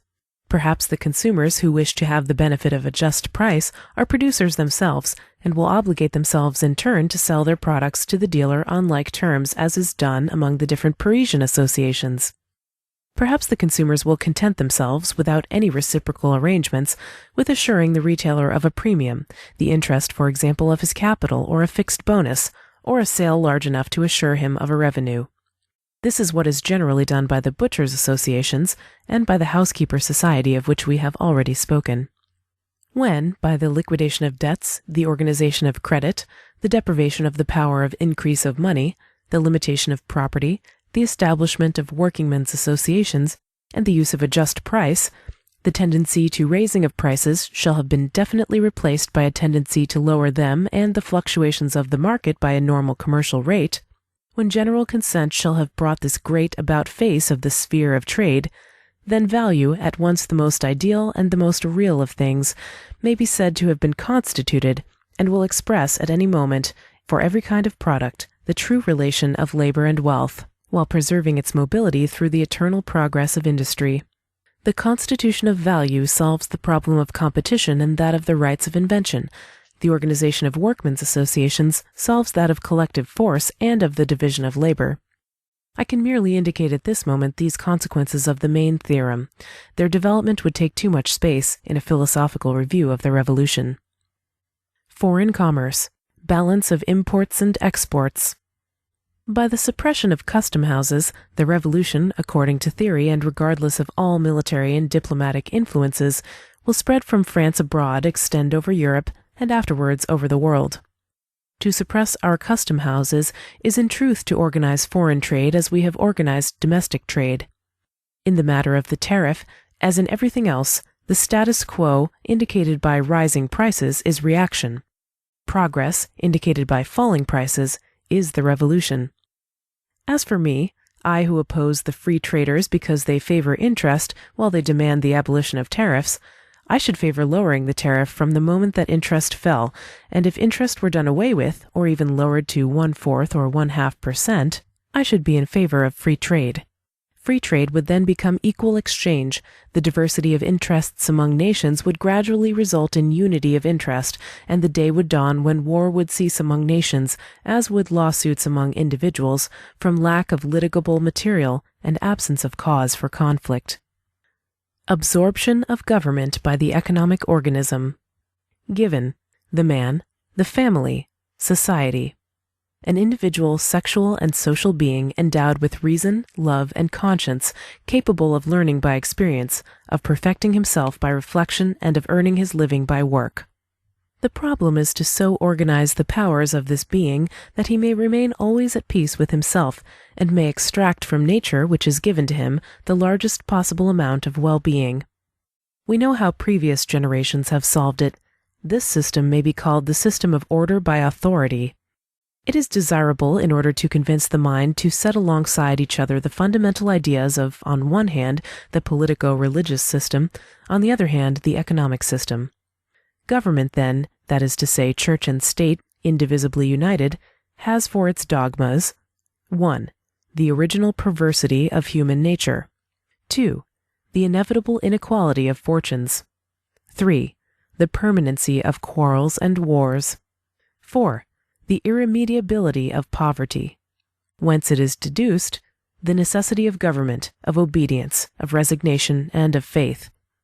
These principles admitted, as they still are, almost universally, the forms of authority are already settled. They are: A. The division of the people into classes or castes, subordinate to one another, graduated to form a pyramid, at the top of which appears, like the divinity upon his altar, like the king upon his throne, authority. B. Administrative centralization. C. Judicial hierarchy. D. Police. E. Worship. What is the aim of this organization? To maintain order in society by consecrating and sanctifying obedience of the citizen to the state, subordination of the poor to the rich, of the common people to the upper class, of the worker to the idler, of the layman to the priest, of the businessman to the soldier. Beneath the governmental machinery, in the shadow of political institutions, out of the sight of statesmen and priests, society is producing its own organism, slowly and silently, and constructing a new order, the expression of its vitality and autonomy, and the denial of the old politics, as well as of the old religion. This organization, which is as essential to society as it is incompatible with the present system, has the following principles. 1. The indefinite predictability of the individual and of the race. 2. The honorableness of work. 3. The equality of fortunes. 4. The identity of interests. 5. The end of antagonisms. 6. The universality of comfort. 7. The sovereignty of reason. 8. The absolute liberty of the man and of the citizen. I mention below its principal forms of activity. A. Division of labor. through which classification of the people by industries replaces classification by caste. B. Collective power, the principle of workmen's associations in place of armies. C. Commerce, the concrete form of contract which takes the place of law. D. Equality in exchange. E. Competition. F. Credit, which turns upon interests as the governmental hierarchy turns upon obedience. G. The equilibrium of values and of properties. The old system, standing on authority and faith, was essentially based on divine right. The principle of the sovereignty of the people, introduced later, did not change its nature. The sovereignty of the people has been, if I may say so, for a century past, but a skirmishing line for liberty. The new system, based upon the spontaneous practice of industry in accordance with individual and social reason, is the system of human right. Opposed to arbitrary command, essentially objective, it permits neither parties nor sects. It is complete in itself and allows neither restriction nor separation. There is no fusion possible between the political and economic systems, between the system of law and the system of contracts. One or the other must be chosen.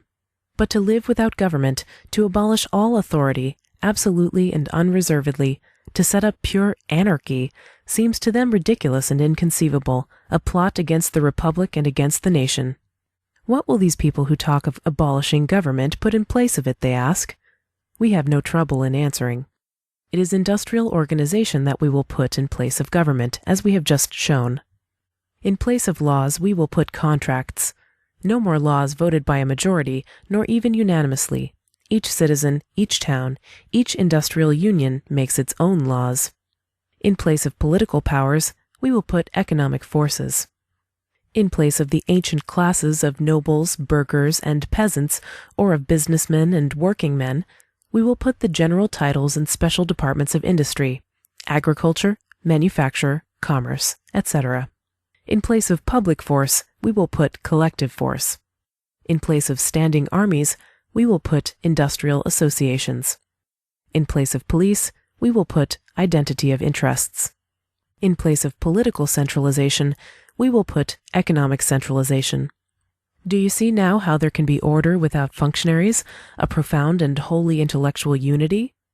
You who cannot conceive of unity without a whole apparatus of legislators, prosecutors, attorneys general, custom house officers, policemen, you have never known what real unity is. What you call unity and centralization is nothing but perpetual chaos, serving as a basis for endless tyranny. It is the advancing of the chaotic condition of social forces as an argument for despotism, a despotism which is really the cause of the chaos. We have shown that the industrial system is the harmony of interests resulting from social liquidation, free currency and credit, the organization of economic forces, and the constitution of value and property. When that is accomplished, what use will there be any more for government? What use punishment?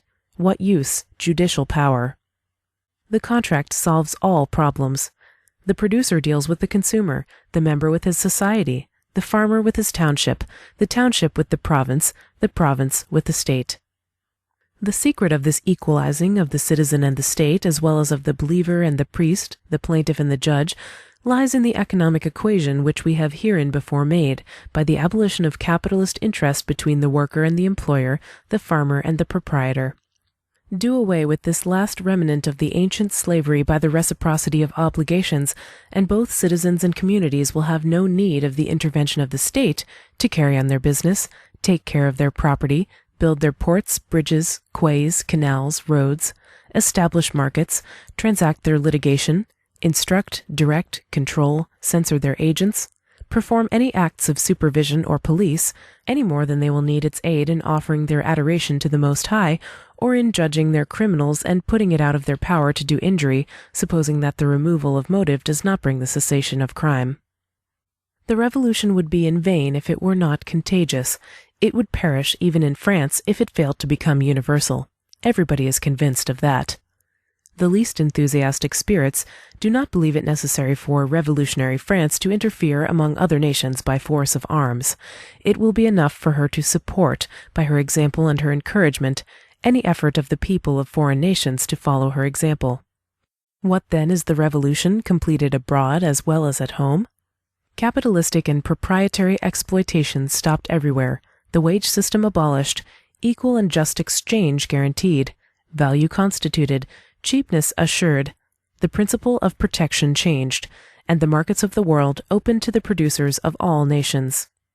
Consequently, the barrier struck down, the ancient law of nations replaced by commercial agreements. Police, judiciary, administration everywhere committed to the hands of workers. The economic organization replacing the governmental and military system in the colonies as well as in the great cities. Finally, the free and universal commingling of races under the law of contract only. That is the revolution. Understood once for all, the most characteristic, the most decisive result of the revolution is, after having organized labor and property, to do away with political centralization, in a word, with the state. The kings may sharpen their swords for their last campaign.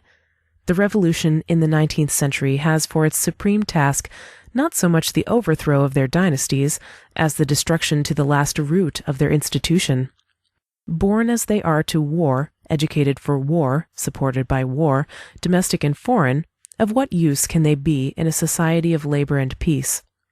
Henceforth, there can be no more purpose in war than in refusal to disarm. Universal brotherhood being established upon a sure foundation, there is nothing for the representatives of despotism to do but to take their leave.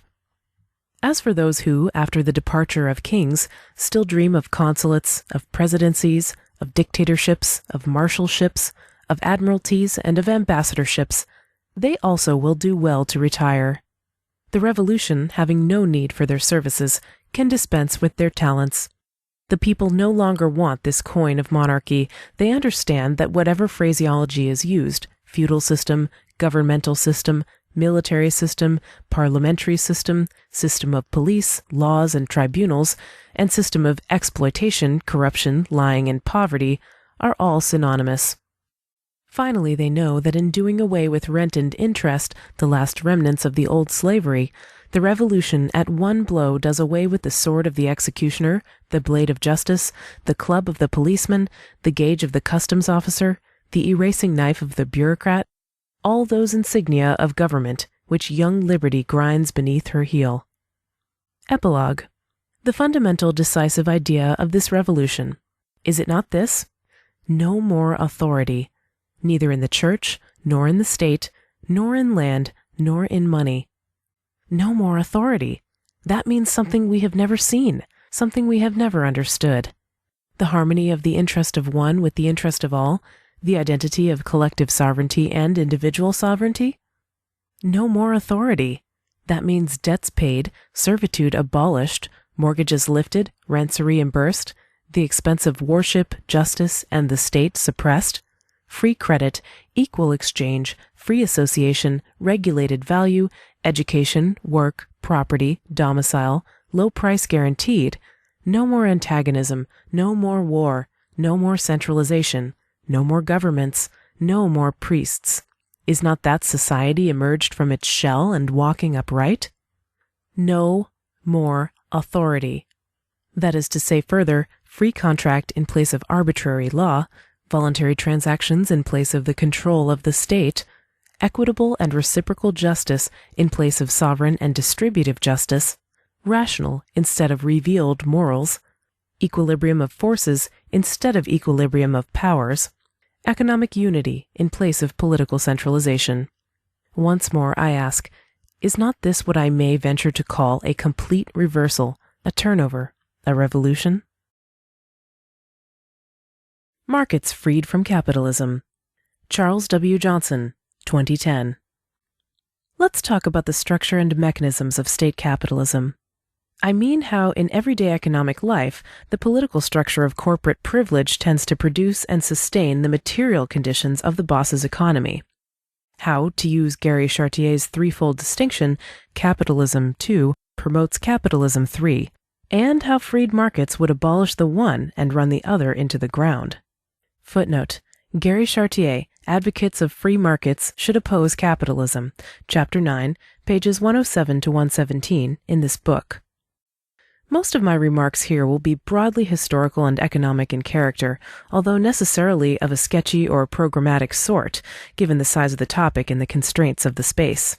So consider this a guide to directions for inquiry and discussion, an attempt to show you briefly where key landmarks of the free market anti-capitalist analysis are at, rather than an attempt at a full guided tour.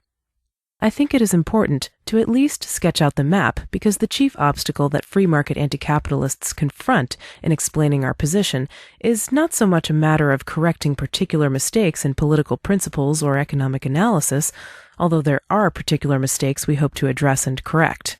It is more a matter of convincing our conversation partners to make a sort of aspect shift, to adopt a new point of view from which to see the political economic gestalt. The need for this shift is pressing because, with apologies to Shulamith Firestone, the political economy of state capitalism is so deep as to be invisible. Footnote: see Shulamith Firestone, The Dialectic of Sex, The Case for Feminist Revolution. New York, Farrar, 2003. Or it may appear to be a superficial set of interventions, a problem that can be solved by a few legal reforms, or perhaps the elimination of bailouts and the occasional export subsidy, while preserving more or less intact the basic recognizable patterns of capitalistic business as usual. The free market anti-capitalist holds there is something deeper and more pervasive at stake than the sort of surface-level policy debates to which pro-capitalist libertarians too often limit their discussions.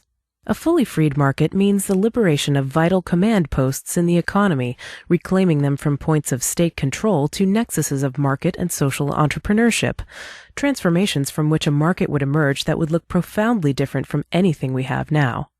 That so profound a change cannot easily fit into traditional categories of thought, for example, libertarian or left-wing, laissez-faire or socialist, entrepreneurial or anti-capitalist, is not because these categories do not apply, but because they are not big enough. Radically free markets burst through them. If there were another word more all-embracing than revolutionary, we would use it. Two meanings of markets. In order to get clear on the topic in a conversation about free market anti-capitalism, the obvious points where clarification may be needed are going to be the meaning of capitalism, the meaning of markets, and the meaning of freedom in the market context. Left-libertarians and market anarchists have spent a lot of time and raised a lot of controversy talking about the first topic, whether capitalism is really a good name for the sort of thing that we want, the importance of distinguishing markets from actually existing capitalism, and the possibility of disentangling multiple senses of capitalism. There's been a lot of argument about that, but for the moment, I would like to pass that question by in order to focus on the less frequently discussed side of our distinction. Not the meaning of capitalism, but the different strands of meaning within the term market. The meaning of the term is obviously central to any free market economics, but I would argue that there are at least two distinct senses in which the term is commonly used. Markets as free exchange. When libertarians talk about markets, or especially the market singular, we often mean to pick out the sum of all voluntary exchanges, any economic order based, to the extent that it is based, on principles of personal ownership of property, consensual exchange, free association, and the freedom to engage in peaceful competition and entrepreneurial discovery. Footnote: pro-capitalist economists have often suggested such a broad understanding of markets, even if they have not fully understood or were not willing to fully draw out its implications. For example, Murray Rothbard, Toward a Reconstruction of Utility and Welfare Economics, Ludwig von Mises Institute, 2002, writes that the free market is the name for the array of all voluntary exchanges that take place in the world. Ludwig von Mises, Human Action, A Treatise on Economic Principles, Scholars Edition, Auburn, Alabama, Mises, 1998, writes that there is in the operation of the market no compulsion and coercion. Each man, is free. Nobody is subject to a despot. Of his, own accord, the individual integrates himself, into the cooperative system. The market is not a place, a thing, or a collective entity. The market is a process, actuated by the interplay of the actions of the various individuals cooperating under the division of labor. Page 158. Markets as the cash nexus. But we often also use the term in a different sense, to refer to a particular form of acquiring and exchanging property, that is, to refer to commerce and quid pro quo exchanges, relatively impersonal social relationships on a paying basis, typically mediated by currency or by financial instruments denominated in units of currency. These two senses are interrelated. When they take place within the context of a system of free exchange, the social relationships based on the cash nexus, producing, buying, and selling at market prices, saving money for future use, investing money in productive enterprises, and the like, have all positive, even essential roles in a flourishing free society. I do not intend to argue that these will disappear in a society of equal freedom, but I do intend to argue that they may not look like what you expect them to look like if your picture of commercial relationships is taken from commerce under the conditions of corporate capitalism. Commerce under capitalism does have many of the exploitative and alienating features that critics on the left accuse private enterprise or market society of having, but not because of the enterprise or because of the market. The problem with commerce under capitalism is capitalism, and without it, both freed market exchange and cash nexus commerce will take on a wholly different character. To see how they might come together, we must first attend to how they come apart. However often they may be linked in fact, free exchange and the cash nexus are distinguishable in concept. Markets in the first sense, the sum of all voluntary exchanges, include the cash nexus, but also much more than the cash nexus.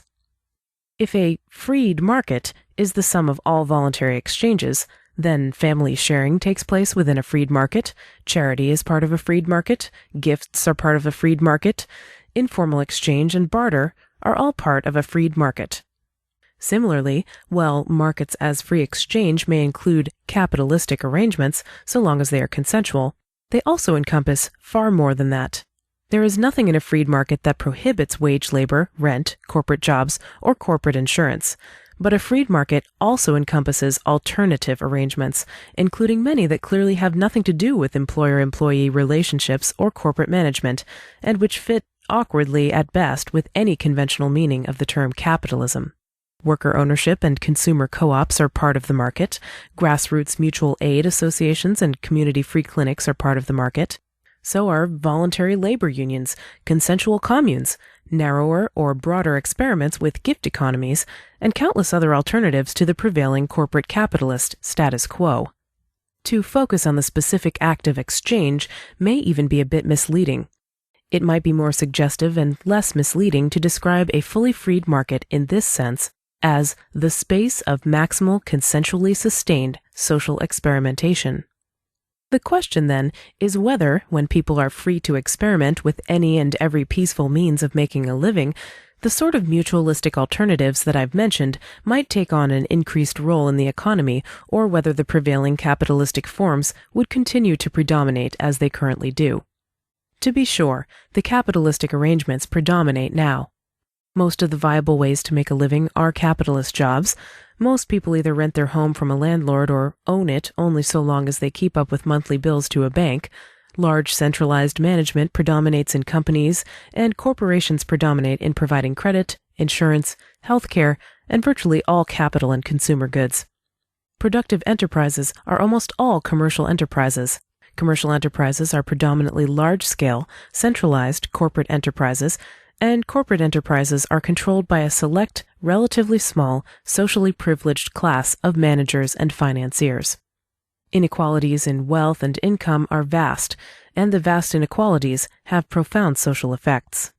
But of course, the fact that capitalistic arrangements predominate now is no reason to conclude that the market has spoken, or that capitalistic concentrations of wealth are a basic tendency of free market exchange. It might be a reason to think that if the predominance of capitalistic arrangements were the product of revealed preferences in a free market, but since we don't at present have a free market, it will at the very least take some further investigation in order to determine whether these capitalistic alternatives prevail in spite of the unfreedom of actually existing markets, or if they prevail in part because of that unfreedom. First, let us take this lesson and apply it to the market as cash nexus. The cash nexus does not exhaust the forms of voluntary exchange and economic experimentation that might emerge within a freed market. But more than that, a cash nexus may exist and may be expansive and important to economic life, whether or not it operates under conditions of genuine individual freedom. Markets, in our first voluntary exchange sense, exist where people really are free to produce and exchange. Free market in the voluntary exchange sense of market is really a tautology, and where there is no free exchange, there is no market order. But a market in the cash nexus sense may be either free or unfree. Cash exchanges are still cash exchanges whether they are regulated, restricted, subsidized, taxed, mandated, or otherwise constrained by government action. Any discussion of the cash nexus in the real world, or the everyday market institutions, economic relationships, and financial arrangements that we have to deal with in this governmental economy, needs to take account not only of the ways in which government limits or prohibits market activity, but also the ways in which government, rather than erasing markets, creates new rigged markets, points of exchange, cash nexuses which would be smaller or less important, or radically different in character, or simply would not exist at all but for the intervention of the state. Libertarians often speak of market exchange and government allocation as cleanly separate spheres, as if they were two balloons set one next to the other in a closed box, so that when you blow one of them up, the other has to shrink to the same extent. That's true enough about markets as social experimentation. To the extent you put in political processes, you take out voluntary relationships. But the relationship between cash nexus exchange and government allocation is really more like two plants growing next to each other. When one gets bigger, it may overshadow the other and stunt its growth, but they also climb each other, shape each other, and may even cause some parts of the other plant to grow far more than if they had not had the support. Market anarchists must be clear when we speak about the growth of markets and their role in social life, whether we are referring to markets as free exchange or markets as a cash nexus. Both have a valuable role to play, but the kind of value they offer and the conditions and context within which they have that value depends on what we mean. For a principled anti-statist, the growth of markets as spaces for consensual social experimentation is always a liberating development. But these social experiments may be mediated by the cash nexus or may be mediated by entirely different social relationships and may look nothing like conventional business or commerce. The growth of markets as cash nexus exchanges, on the other hand, may be liberating or violating, and its value must depend entirely on the context within which it arises. Whether those relationships come about through the free interplay of social forces or through the direct or indirect ripple effects of government force and coercive creation of rigged markets. Forms of interaction that are positive and productive in the context of free exchange easily become instruments of alienation and exploitation when coercive government forces them on unwilling participants or shoves them into areas of our lives where we don't need or want them. Rigged markets, captive markets, and capitalistic business as usual. When market anarchists carefully distinguish the broad meaning of markets as voluntary social experimentation and the narrow meaning and connotations of markets as the cash nexus, this underlines the need to look not only at the ways in which voluntary exchange may be confined or erased, but also the ways in which cash exchange, and the sorts of human relationships and social mediation that go along with it, may be locked out or locked in, held back from people, or foisted on them. For anti-capitalist market anarchists, there are at least three specific mechanisms we might mention that shove people into rigged markets, mechanisms that are especially pervasive and especially important to the overall structure of actually existing markets, mechanisms by which incumbent big businesses and capitalistic arrangements broadly benefit from rigged markets at the expense of workers, consumers, taxpayers, and mutualistic alternatives to the status quo. These three are: 1. Government monopolies and cartels, in which government penalties directly suppress competition or erect effective barriers to entry against newcomers or substitute goods and services. 2. Regressive redistribution, in which property is directly seized from ordinary workers by government expropriation and transferred to economically powerful beneficiaries in the form of tax-funded subsidies and corporate welfare, taxpayer-backed sweetheart loans, the widespread use of eminent domain to seize property from small owners and transfer it to big commercial developers, etc. Footnote: for the most famous recent case of such eminent domain abuse, see Kelo versus New London, 545 U.S. 469, 2005. City government used eminent domain to condemn and seize the houses of Suzette Kelo and many other small homeowners in New London, Connecticut, to hand the real estate over to a wealthy private developer. The developer intended to bulldoze the houses and replace them with developments for his own profit and for the benefit of the Fortune 500 drug company Pfizer Inc. The court backed city government, holding they could take any home and transfer it to any private party so long as a government-sponsored economic development plan indicated that it would increase government's tax revenues. Kelo drew widespread attention to the issue, but similar seizures and transfers, mostly targeted against the neighborhoods of racial minorities, immigrants, and the urban poor, had been widely practiced for decades under the heading of urban renewal. Compare Mindy Fullilove, Root Shock, How Tearing Up City Neighborhoods Hurts America and What We Can Do About It, New York, Random 2005, and Dick M. Carpenter and John K. Ross, Victimizing the Vulnerable, The Demographics of Eminent Domain Abuse, Arlington, Virginia, Institute for Justice, 2007. And 3. Captive markets, in which demand for a good is created or artificially ratcheted up by government coercion, which can mean a direct mandate with penalties inflicted on those who do not buy in, or a situation in which market actors are driven into a market on artificially disadvantageous terms as an indirect, perhaps even unintended, ripple effect of prior government interventions. As an easy example of a directly imposed captive market, consider the demand for corporate car insurance. When state governments mandate that every driver is to purchase and maintain car insurance from bureaucratically approved insurance companies, they necessarily shrink the scope of voluntary exchange, but they also dramatically bulk up a particular fetishized form of cash exchange by creating a new bill that everyone is forced to pay, and a select class of incumbent companies with easy access to a steady stream of customers, many of whom might not pay for their services but for the threat of fines and arrest. The space of social experimentation contracts, but the cash nexus fattens on what government has killed. As an example of an indirectly imposed captive market, consider the demand for professionally certified accountants. CPAs perform a useful service, but it's a service that far fewer people, and indeed far fewer businesses, would need, except for the fact that they need help coping with the documentation and paperwork requirements that government tax codes impose. A CPA is essentially someone trained in dealing with financial complexity. But finances are much more complex than they would be in a free society, precisely because of government taxation and the bizarre requirements and perverse incentives that tend to make things much more complex than they otherwise would be.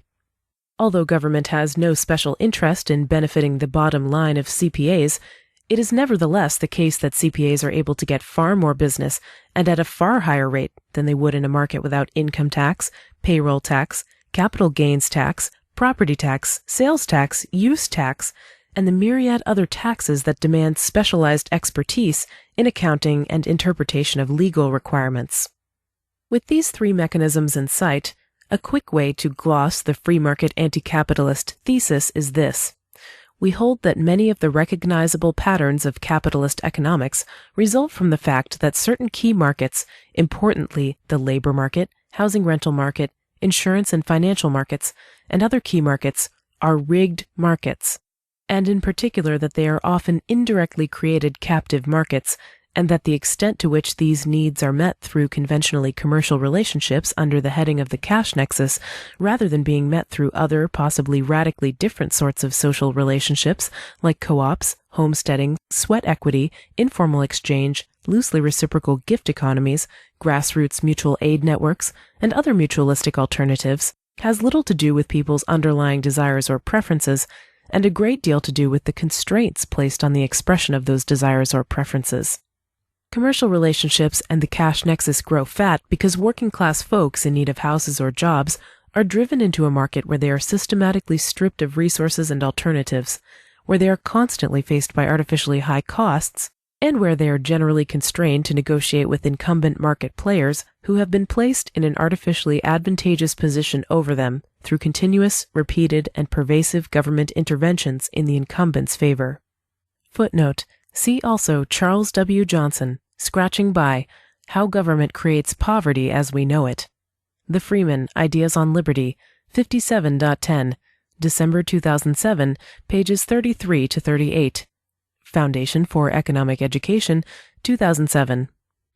Tucker's Big Four and the Many Monopolies. It may be unusual for claims like this to be associated with advocates for market freedom. Free market economics is generally assumed to be the province of pro-business politicians and the economic right. It is usually state liberals, progressives, social democrats, and economic radicals who are expected to argue that people in their roles as workers, tenants, or consumers are shoved into alienating relationships and exploitative transactions, that they are systematically deprived of more humane alternatives, and suffer because they are left to bargain at a tremendous disadvantage with bosses, banks, landlords, and big faceless corporations. But while I agree that this is a radical, indeed socialistic position, I deny that there is anything reactionary, right-wing, or pro-business about the ideal of freed markets. Indeed, it is freed market relationships which provide the most incisive, vibrant, and fruitful basis for socialistic ideals of economic justice, worker emancipation, and grassroots solidarity. Anti-capitalist claims like the ones I have just made may be rarely heard among vulgar, free enterprise apologists now, but they are hardly unusual in the long view of libertarian history. Before the mid-20th century, when American libertarians entangled themselves in conservative coalitions against the New Deal and Soviet communism, free market thinkers largely saw themselves as liberals or radicals, not as conservatives. Libertarian writers, from Smith to Bastiat to Spencer, had little interest in tailoring their politics to conservative or pro-business measurements. They frequently identified capitalists and their protectionist policies as among the most dangerous enemies of free exchange and property rights. The most radical among them were the mutualists and individualist anarchists, among them Benjamin Tucker, Dyer Lum, Victor Yaros, and Voltairine de Cleyre. Tucker, the individualist editor of Liberty, wrote in 1888 that his anarchism called for absolute free trade, laissez-faire the universal rule. But all the while he described this doctrine of complete laissez-faire and free competition a form of anarchistic socialism. Footnote: Benjamin R. Tucker, State Socialism and Anarchism, How Far They Agree and Herein They Differ, Chapter 2, pages 21 to 35 of this book. For Tucker, of course, socialism could not mean government ownership of the means of production. That was state socialism, which Tucker opposed root and branch. What he meant, rather, was workers' control over the conditions of their labor, opposition to actually existing economic inequalities, capitalist labor relations, and the exploitative practices of big business supported by state privilege. For Tucker, the surest way to dismantle capitalist privilege was to knock through the political privileges which shield it, and to expose it, unprotected, to the full range of competing enterprises, including mutualistic enterprise of, for, and by freed workers that genuinely freed exchange would allow. In order to make clear what those privileges were and how they rigged markets in favor of capitalistic big business, Tucker identified and analyzed 4 great areas where government intervention artificially created or encouraged class monopolies, concentrating wealth and access to factors of production into the hands of a politically select class insulated from competition and prohibiting workers from organizing mutualistic alternatives.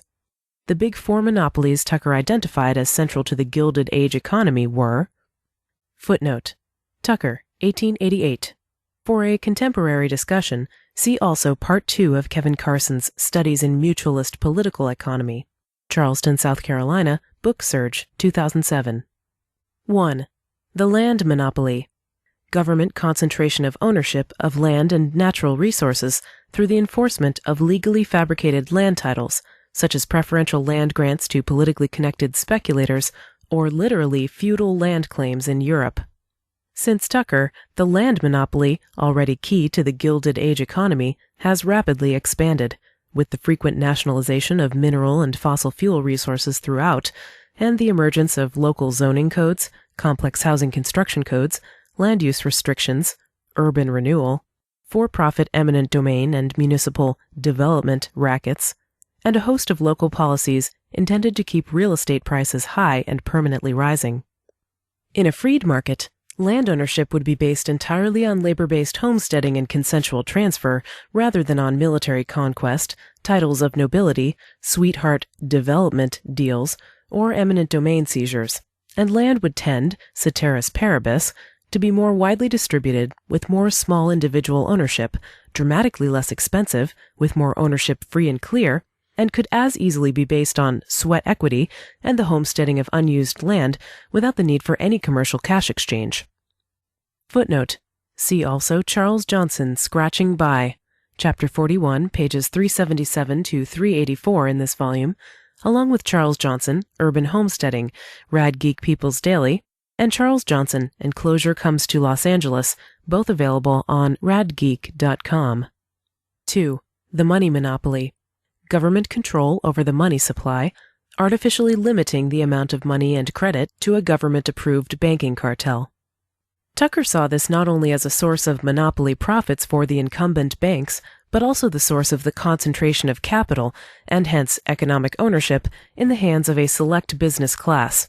Credit and access to capital were artificially restricted to those large established businesses which the large established banks preferred to deal with, while government-imposed specie requirements, capitalization requirements, and penalties on the circulation of alternative currencies suppressed competition from mutual credit associations, labor notes, land banks, and other means by which workers might be able to pool their own resources and access credit on more advantageous terms than those offered by commercial banks. Tucker, in 1888, was writing about the money monopoly before the Federal Reserve or the conversion to a pure fiat currency, before the SEC, FDIC, TARP, Fannie, Freddie, IMF, World Bank, banking holidays, bailouts, too big to fail, and the myriad other means by which government has insulated big bankers and financiers from market consequences, often at direct taxpayer expense, and erected regulatory barriers to entry which insulate politically approved business models from market competition. Perhaps just as importantly, in light of recent political debates, is the extent to which regulation and industry cartelization has also turned insurance, as well as credit, savings, and investment, into a new arm of the money monopoly, with government-rigged markets directly mandating the purchase of corporate car insurance and corporate health insurance, and crowding out or shutting down the non-corporate, grassroots forms of mutual aid that could provide alternative means for securing against catastrophic expenses. 3. The patent monopoly. Government grants of monopoly privileges to patent holders and copyright holders. Tucker argued that patents and copyrights did not represent a legitimate private property claim for their holders, since it did not protect any tangible property that the patent holder could be deprived of, but rather prohibited other market actors from peacefully using their own tangible property to offer a good or service that imitated or duplicated the product being offered by the holder of the so-called intellectual property. These prohibitions, enforced with the explicit purpose of suppressing market competition and ratcheting up prices in order to secure a long period of monopoly profits for the IP holder, have only dramatically escalated since Tucker's day, as the growth in the media industry, the technology industry, and scientific innovation have made politically granted control over the information economy a linchpin of corporate power, with monopoly profits on IP now constituting more or less the entire business model of Fortune 500 companies like General Electric, Pfizer, Microsoft, or Disney.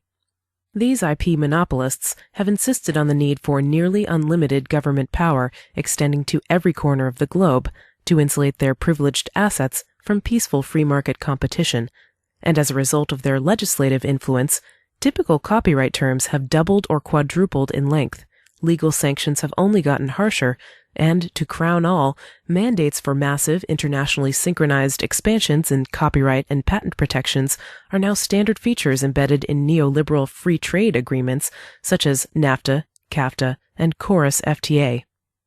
4. The protectionist monopoly.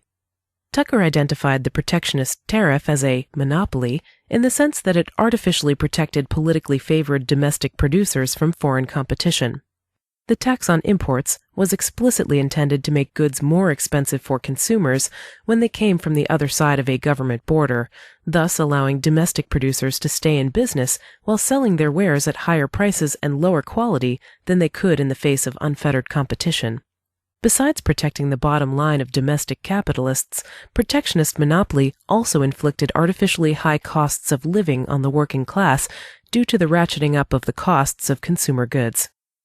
Of the Big Four, the protectionist monopoly has seen the most reconfiguration and realignment since Tucker's day, with the rise of multinational corporations and political pressure in favor of neoliberal free trade agreements. The tariff has declined noticeably in political and economic importance since the 1880s. Footnote: these agreements do not actually represent free trade.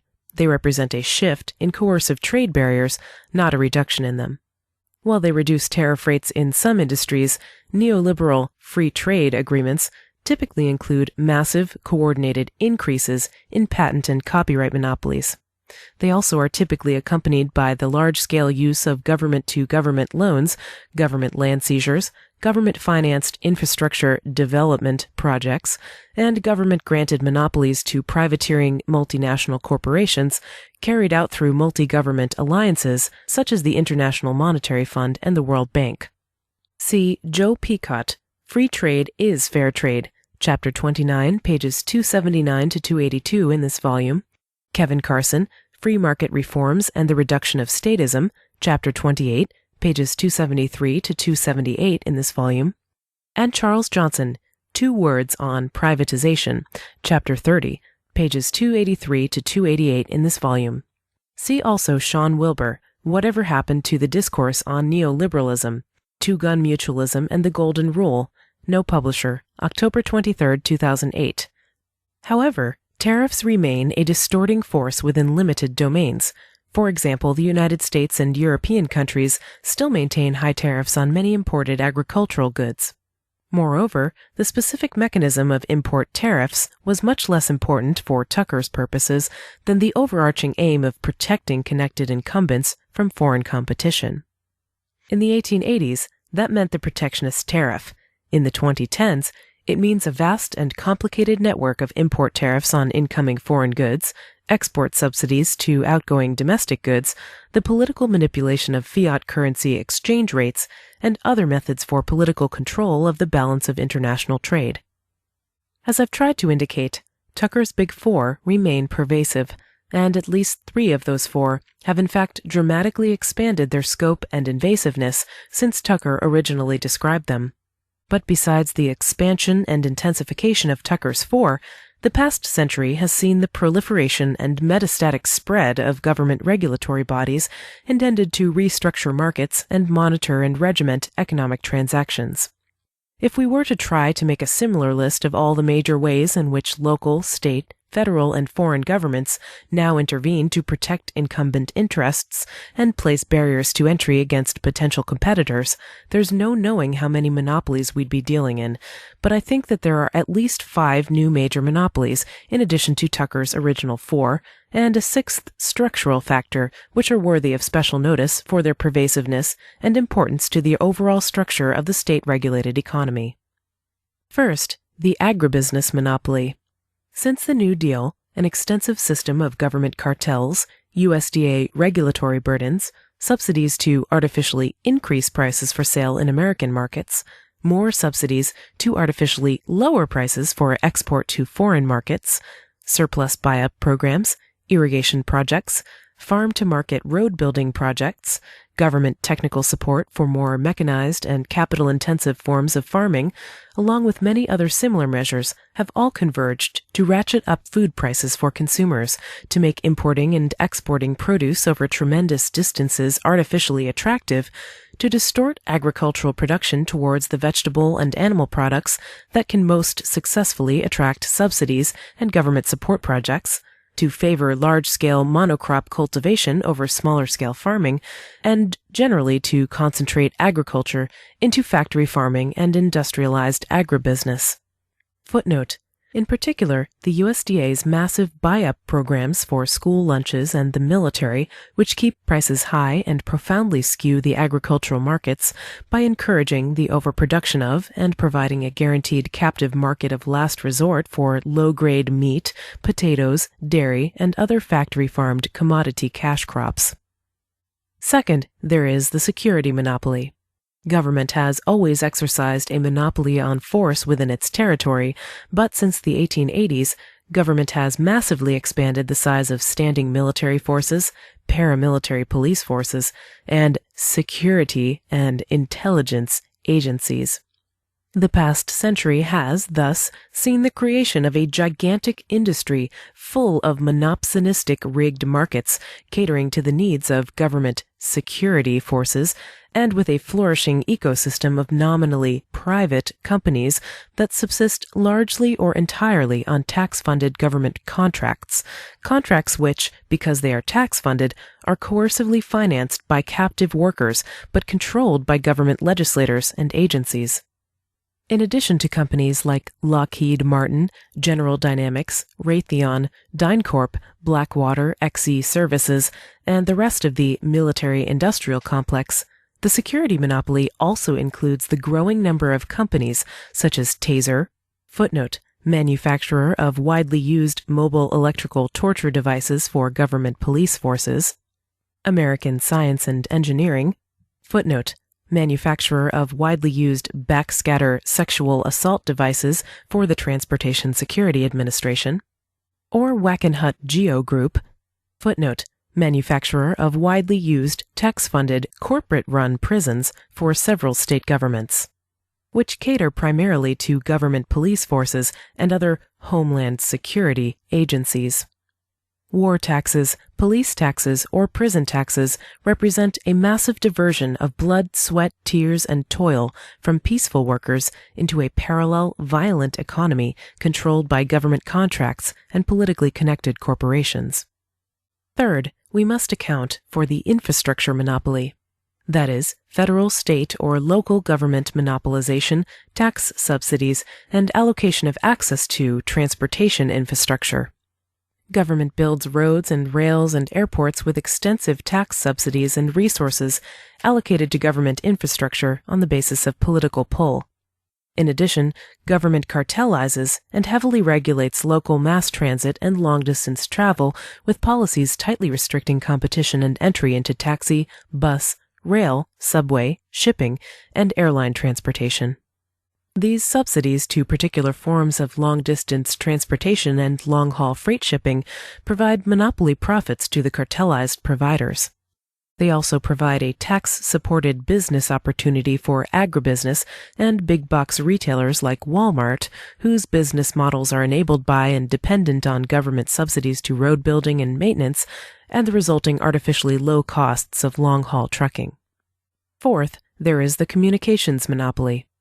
Just as government control of transportation and physical infrastructure has benefited incumbent centralized corporations in retail and distribution, incumbent telecommunications and media companies, from Viacom to AT&T to Comcast, have been able to build empires in part because access to broadband bandwidth has been restricted and politically allocated through the FCC, while access to cable, telephone, and fiber optic bandwidth has been tightly controlled and restricted through monopoly concessions on laying cable and fiber, which local governments have generally granted as a monopoly to one established company for each major transmission medium.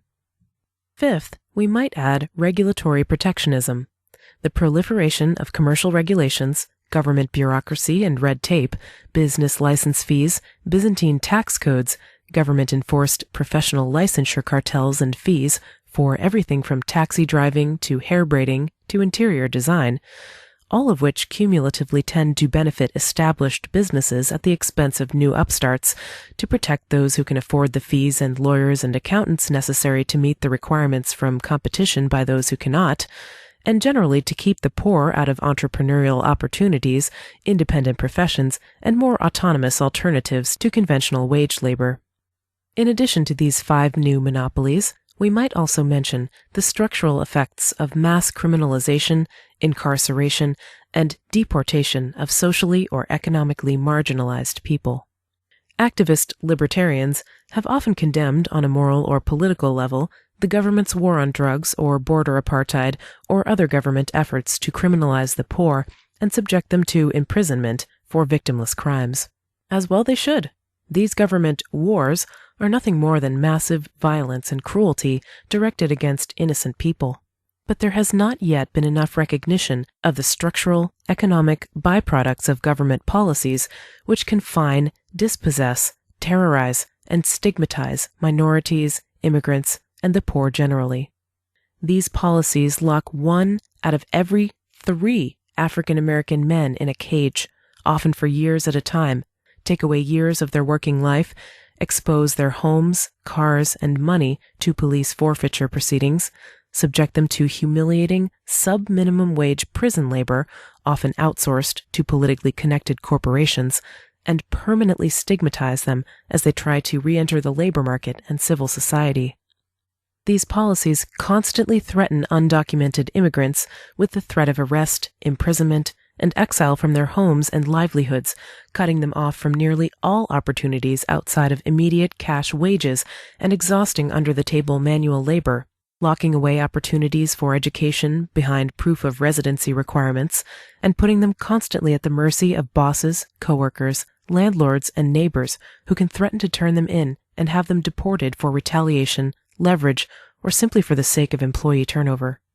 Such a massive system of government violence, dispossession, and constraint on livelihoods is sure to have massive impacts on the conditions under which many poor and legally vulnerable people enter into labor markets, housing markets, and all other areas of economic life. What about them poor old bosses? What about gains from trade and economies of scale? I've spent a fair amount of time discussing the general thesis that the cash nexus is artificially expanded and forcibly deformed into the patterns of actually existing capitalism by means of government privilege to big players, and discussing the many monopolies, once the Big Four, now the Big 10 at least, that provide some of the most pervasive and intense points of force that dispossess working people, favor big centralized forms of business, and coercively favor capitalistic, formalized, commercialized uses of resources over non-commercialized alternatives. Footnote: for more on the last point, see Charles Johnson, 3 Notes for the Critics of Apologists for Walmart. Radgeek People's Daily. No publisher, April 25, 2009. One of the objections which may have occurred to you by now is that government intervention in the economy goes in more than one direction. It may be true that the monopolies Tucker and I have named tend to benefit entrenched players and conventionally capitalistic arrangements.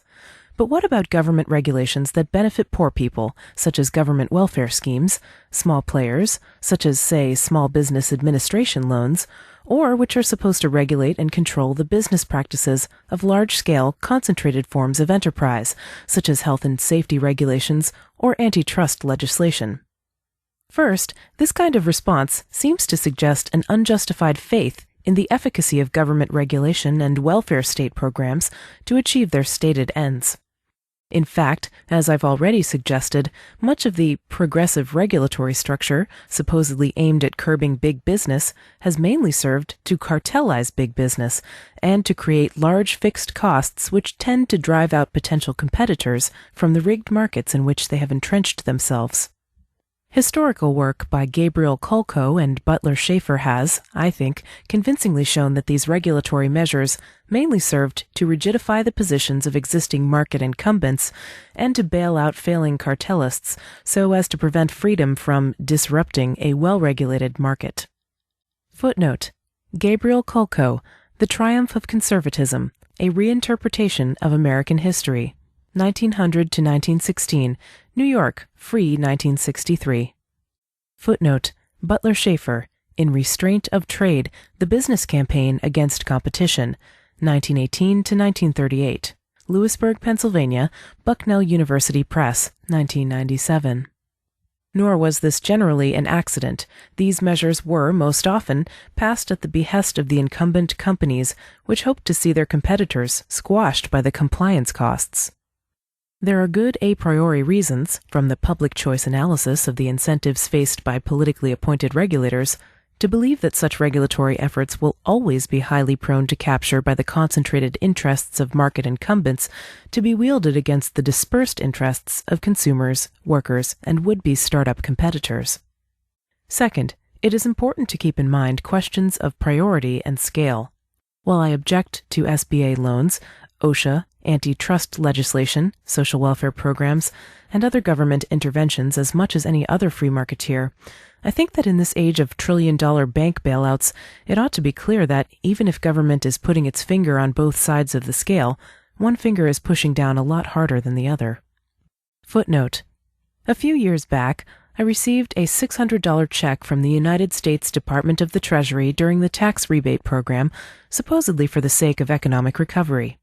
At about the same time, AIG received an $85 billion check from the United States Department of the Treasury, also supposedly for the sake of economic recovery.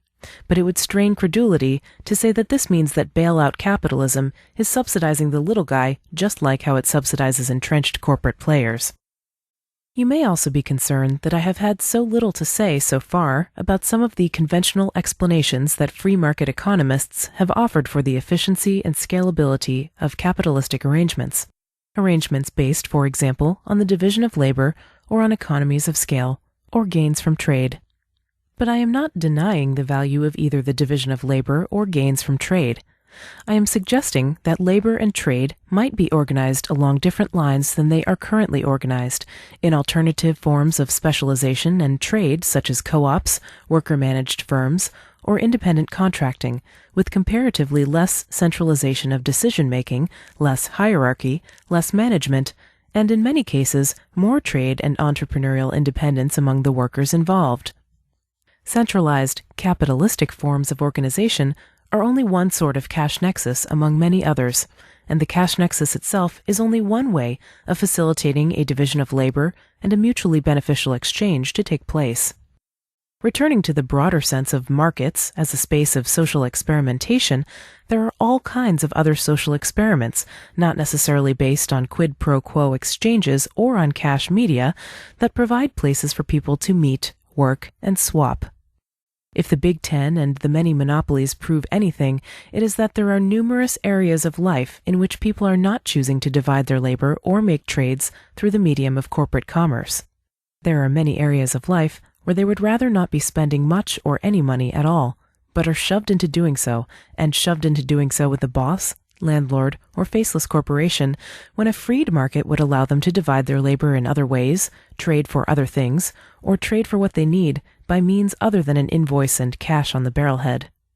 It is also common to point to economies of scale as an economic reason for believing that large, centralized corporations, industrial agribusiness, etc., would survive even without the government subsidies and monopolies they currently enjoy, so long as they had a market arena to compete in.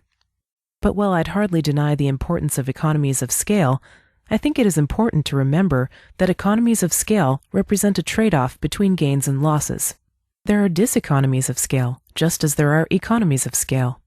As scale increases, so do the costs of communication and management within the larger workforce, the costs of maintaining heavier equipment, the difficulty of accounting and efficiently allocating resources as more transactions are internalized within the firm, and the difficulty of regearing such a large mechanism to respond to new challenges from new competitors and changing market conditions.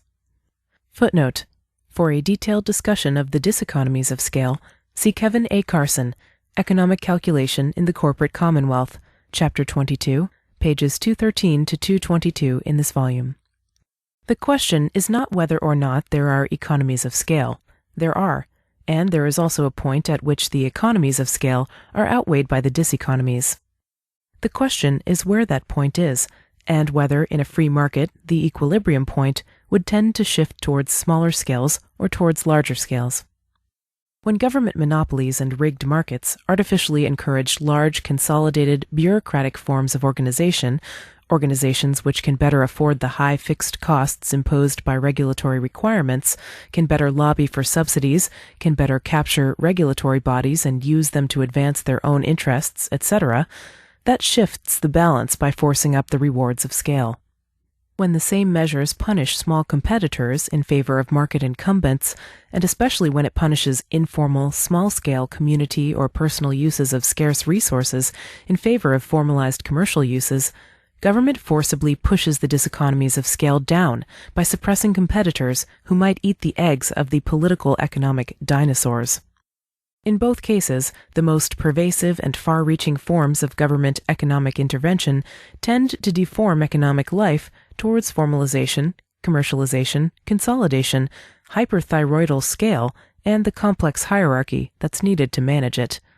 Not because these things are naturally demanded by economies of scale, but rather because they grow out of control when the costs of scale are socialized and the competitive pressures and alternatives burned out by government monopoly. Is this all just a semantic debate?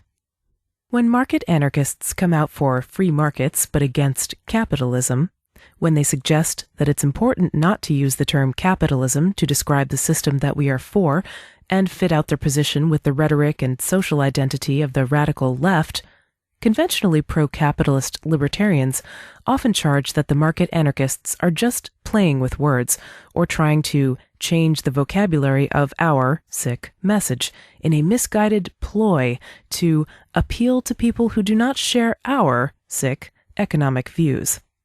Footnote: Jackson Reeves' letter to Walter Block quoted Walter Block and Jackson Reeves.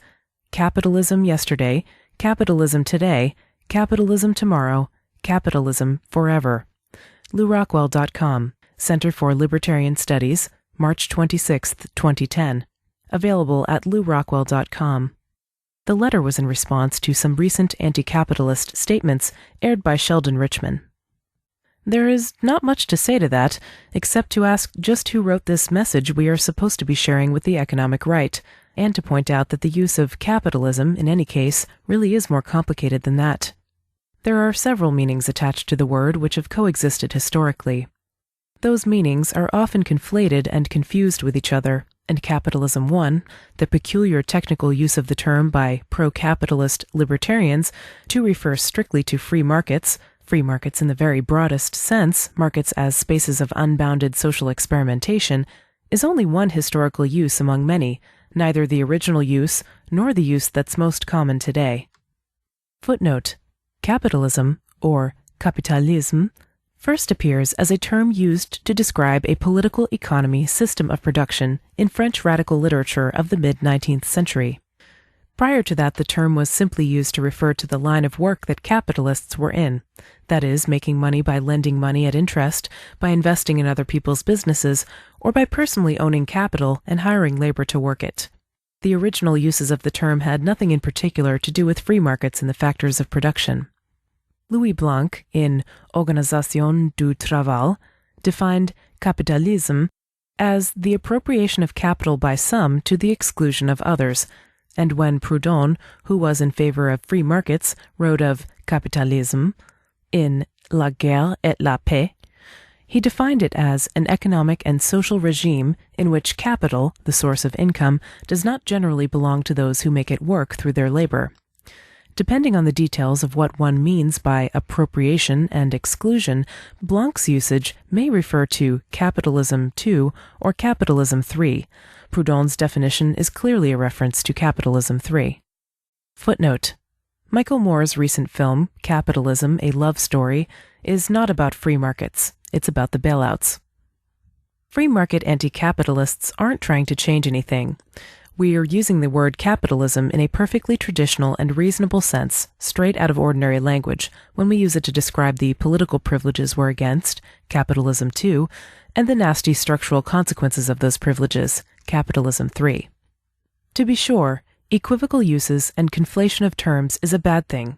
It's important to distinguish the different meanings of capitalism to be clear on what we mean, and to get clear on what our interlocutors mean when we use the term. But once you've done the distinguishing, is it worth spending any great effort on arguing about the label capitalism rather than just breaking out the subscripts where necessary and moving on? If the argument about capitalism has helped draw out some of the economic and historical points that I've been concentrating on in these remarks, then that may be of some genuine use to libertarian dialogue. But once those points are drawn out, aren't they the important thing, not the terminological dispute? And aren't they something that nominally pro-capitalist libertarians would also immediately object to if asked? All libertarians, even nominally pro-capitalist libertarians, oppose corporate welfare, government monopolies, regulatory cartels, and markets rigged in favor of big business. So why worry so much about the terminology? I certainly sympathize with the impulse. If I had to choose between debates about the word capitalism and debates over the state corporatist interventions I've been discussing, I think the latter is always going to be a lot more important. When we try to understand what other people say about markets or capitalism, considerations of charity absolutely call for this kind of approach. When a libertarian writer praises capitalism, meaning freed markets, or when a libertarian writer condemns capitalism, meaning corporatist privilege or boss economies, then the best thing to do is just take them on their own terms and interpret their argument accordingly. But there's a lot to argue about here that's not just labels, and it's not always clear that that's something we all readily agree on. What about when it's not clear that the writer has really consistently held on to the distinction between free markets and actually existing capitalism? Footnote. For examples, see the critical discussion in Roderick Long, Corporations versus the Market, or Whip Conflation Now, Chapter 20, pages 201 to 210 in this volume. Kevin Carson, Vulgar Libertarianism, Neoliberalism, and Corporate Welfare, a compendium of posts. Mutualist blog, Free Market Anti-Capitalism. No publisher, September 9, 2006. Charles Johnson, El Pueblo Unido Jamás Será Vencido. Radgeek People's Daily. No publisher, March 23, 2005, etc. What about when we're not just talking about single positions on isolated policy proposals, but talking about the bigger picture of how it all works, not just the individual pieces, but the gestalt picture that they form when fitted together? When, that is, it really starts to matter not only how a writer would answer a list of questions if asked, but also which questions she thinks to ask in the first place, which features of the situation immediately come to mind for analysis and criticism, and which features are kept left as afterthoughts. This raises the question of paradigm cases, of what sorts of examples we take as typical or characteristic, or especially illustrative of what freed markets would be and how they would work. When we are looking at the broader picture, at how political and economic structures play off of each other, we're talking about a structure that has a foreground and a background, more important and less important features. And one of the important questions is not just what may be encompassed by the verbal definitions given for our terminology, but also what sorts of paradigm cases for markets and voluntary society the terminology might suggest, and whether the cases it suggests really are good paradigm cases, whether they reveal something important about free societies, or whether they conceal or obscure it. Identifying a free market position with capitalism, even if you are absolutely clear that you just mean capitalism 1, theoretically including all kinds of market exchange and voluntary social experimentation outside the cash nexus, offers a particular picture of what's important about and characteristic of a free society, and that picture tends to obscure a lot more than it reveals. When we picture freed market activity, what does it look like? Is our model something that looks a lot like business as usual, with a few changes here and there around the edges? Or something radically different, or radically beyond anything that currently prevails in this rigidified, monopolized market? Do we conceive of and explain markets on the model of a commercial strip mall, sanitized, centralized, regimented, officious, and dominated by a few powerful proprietors and their short list of favored partners to whom everyone else relates as either an employee or a consumer? Or do we instead look at the revolutionary potential of truly free markets to make things messy?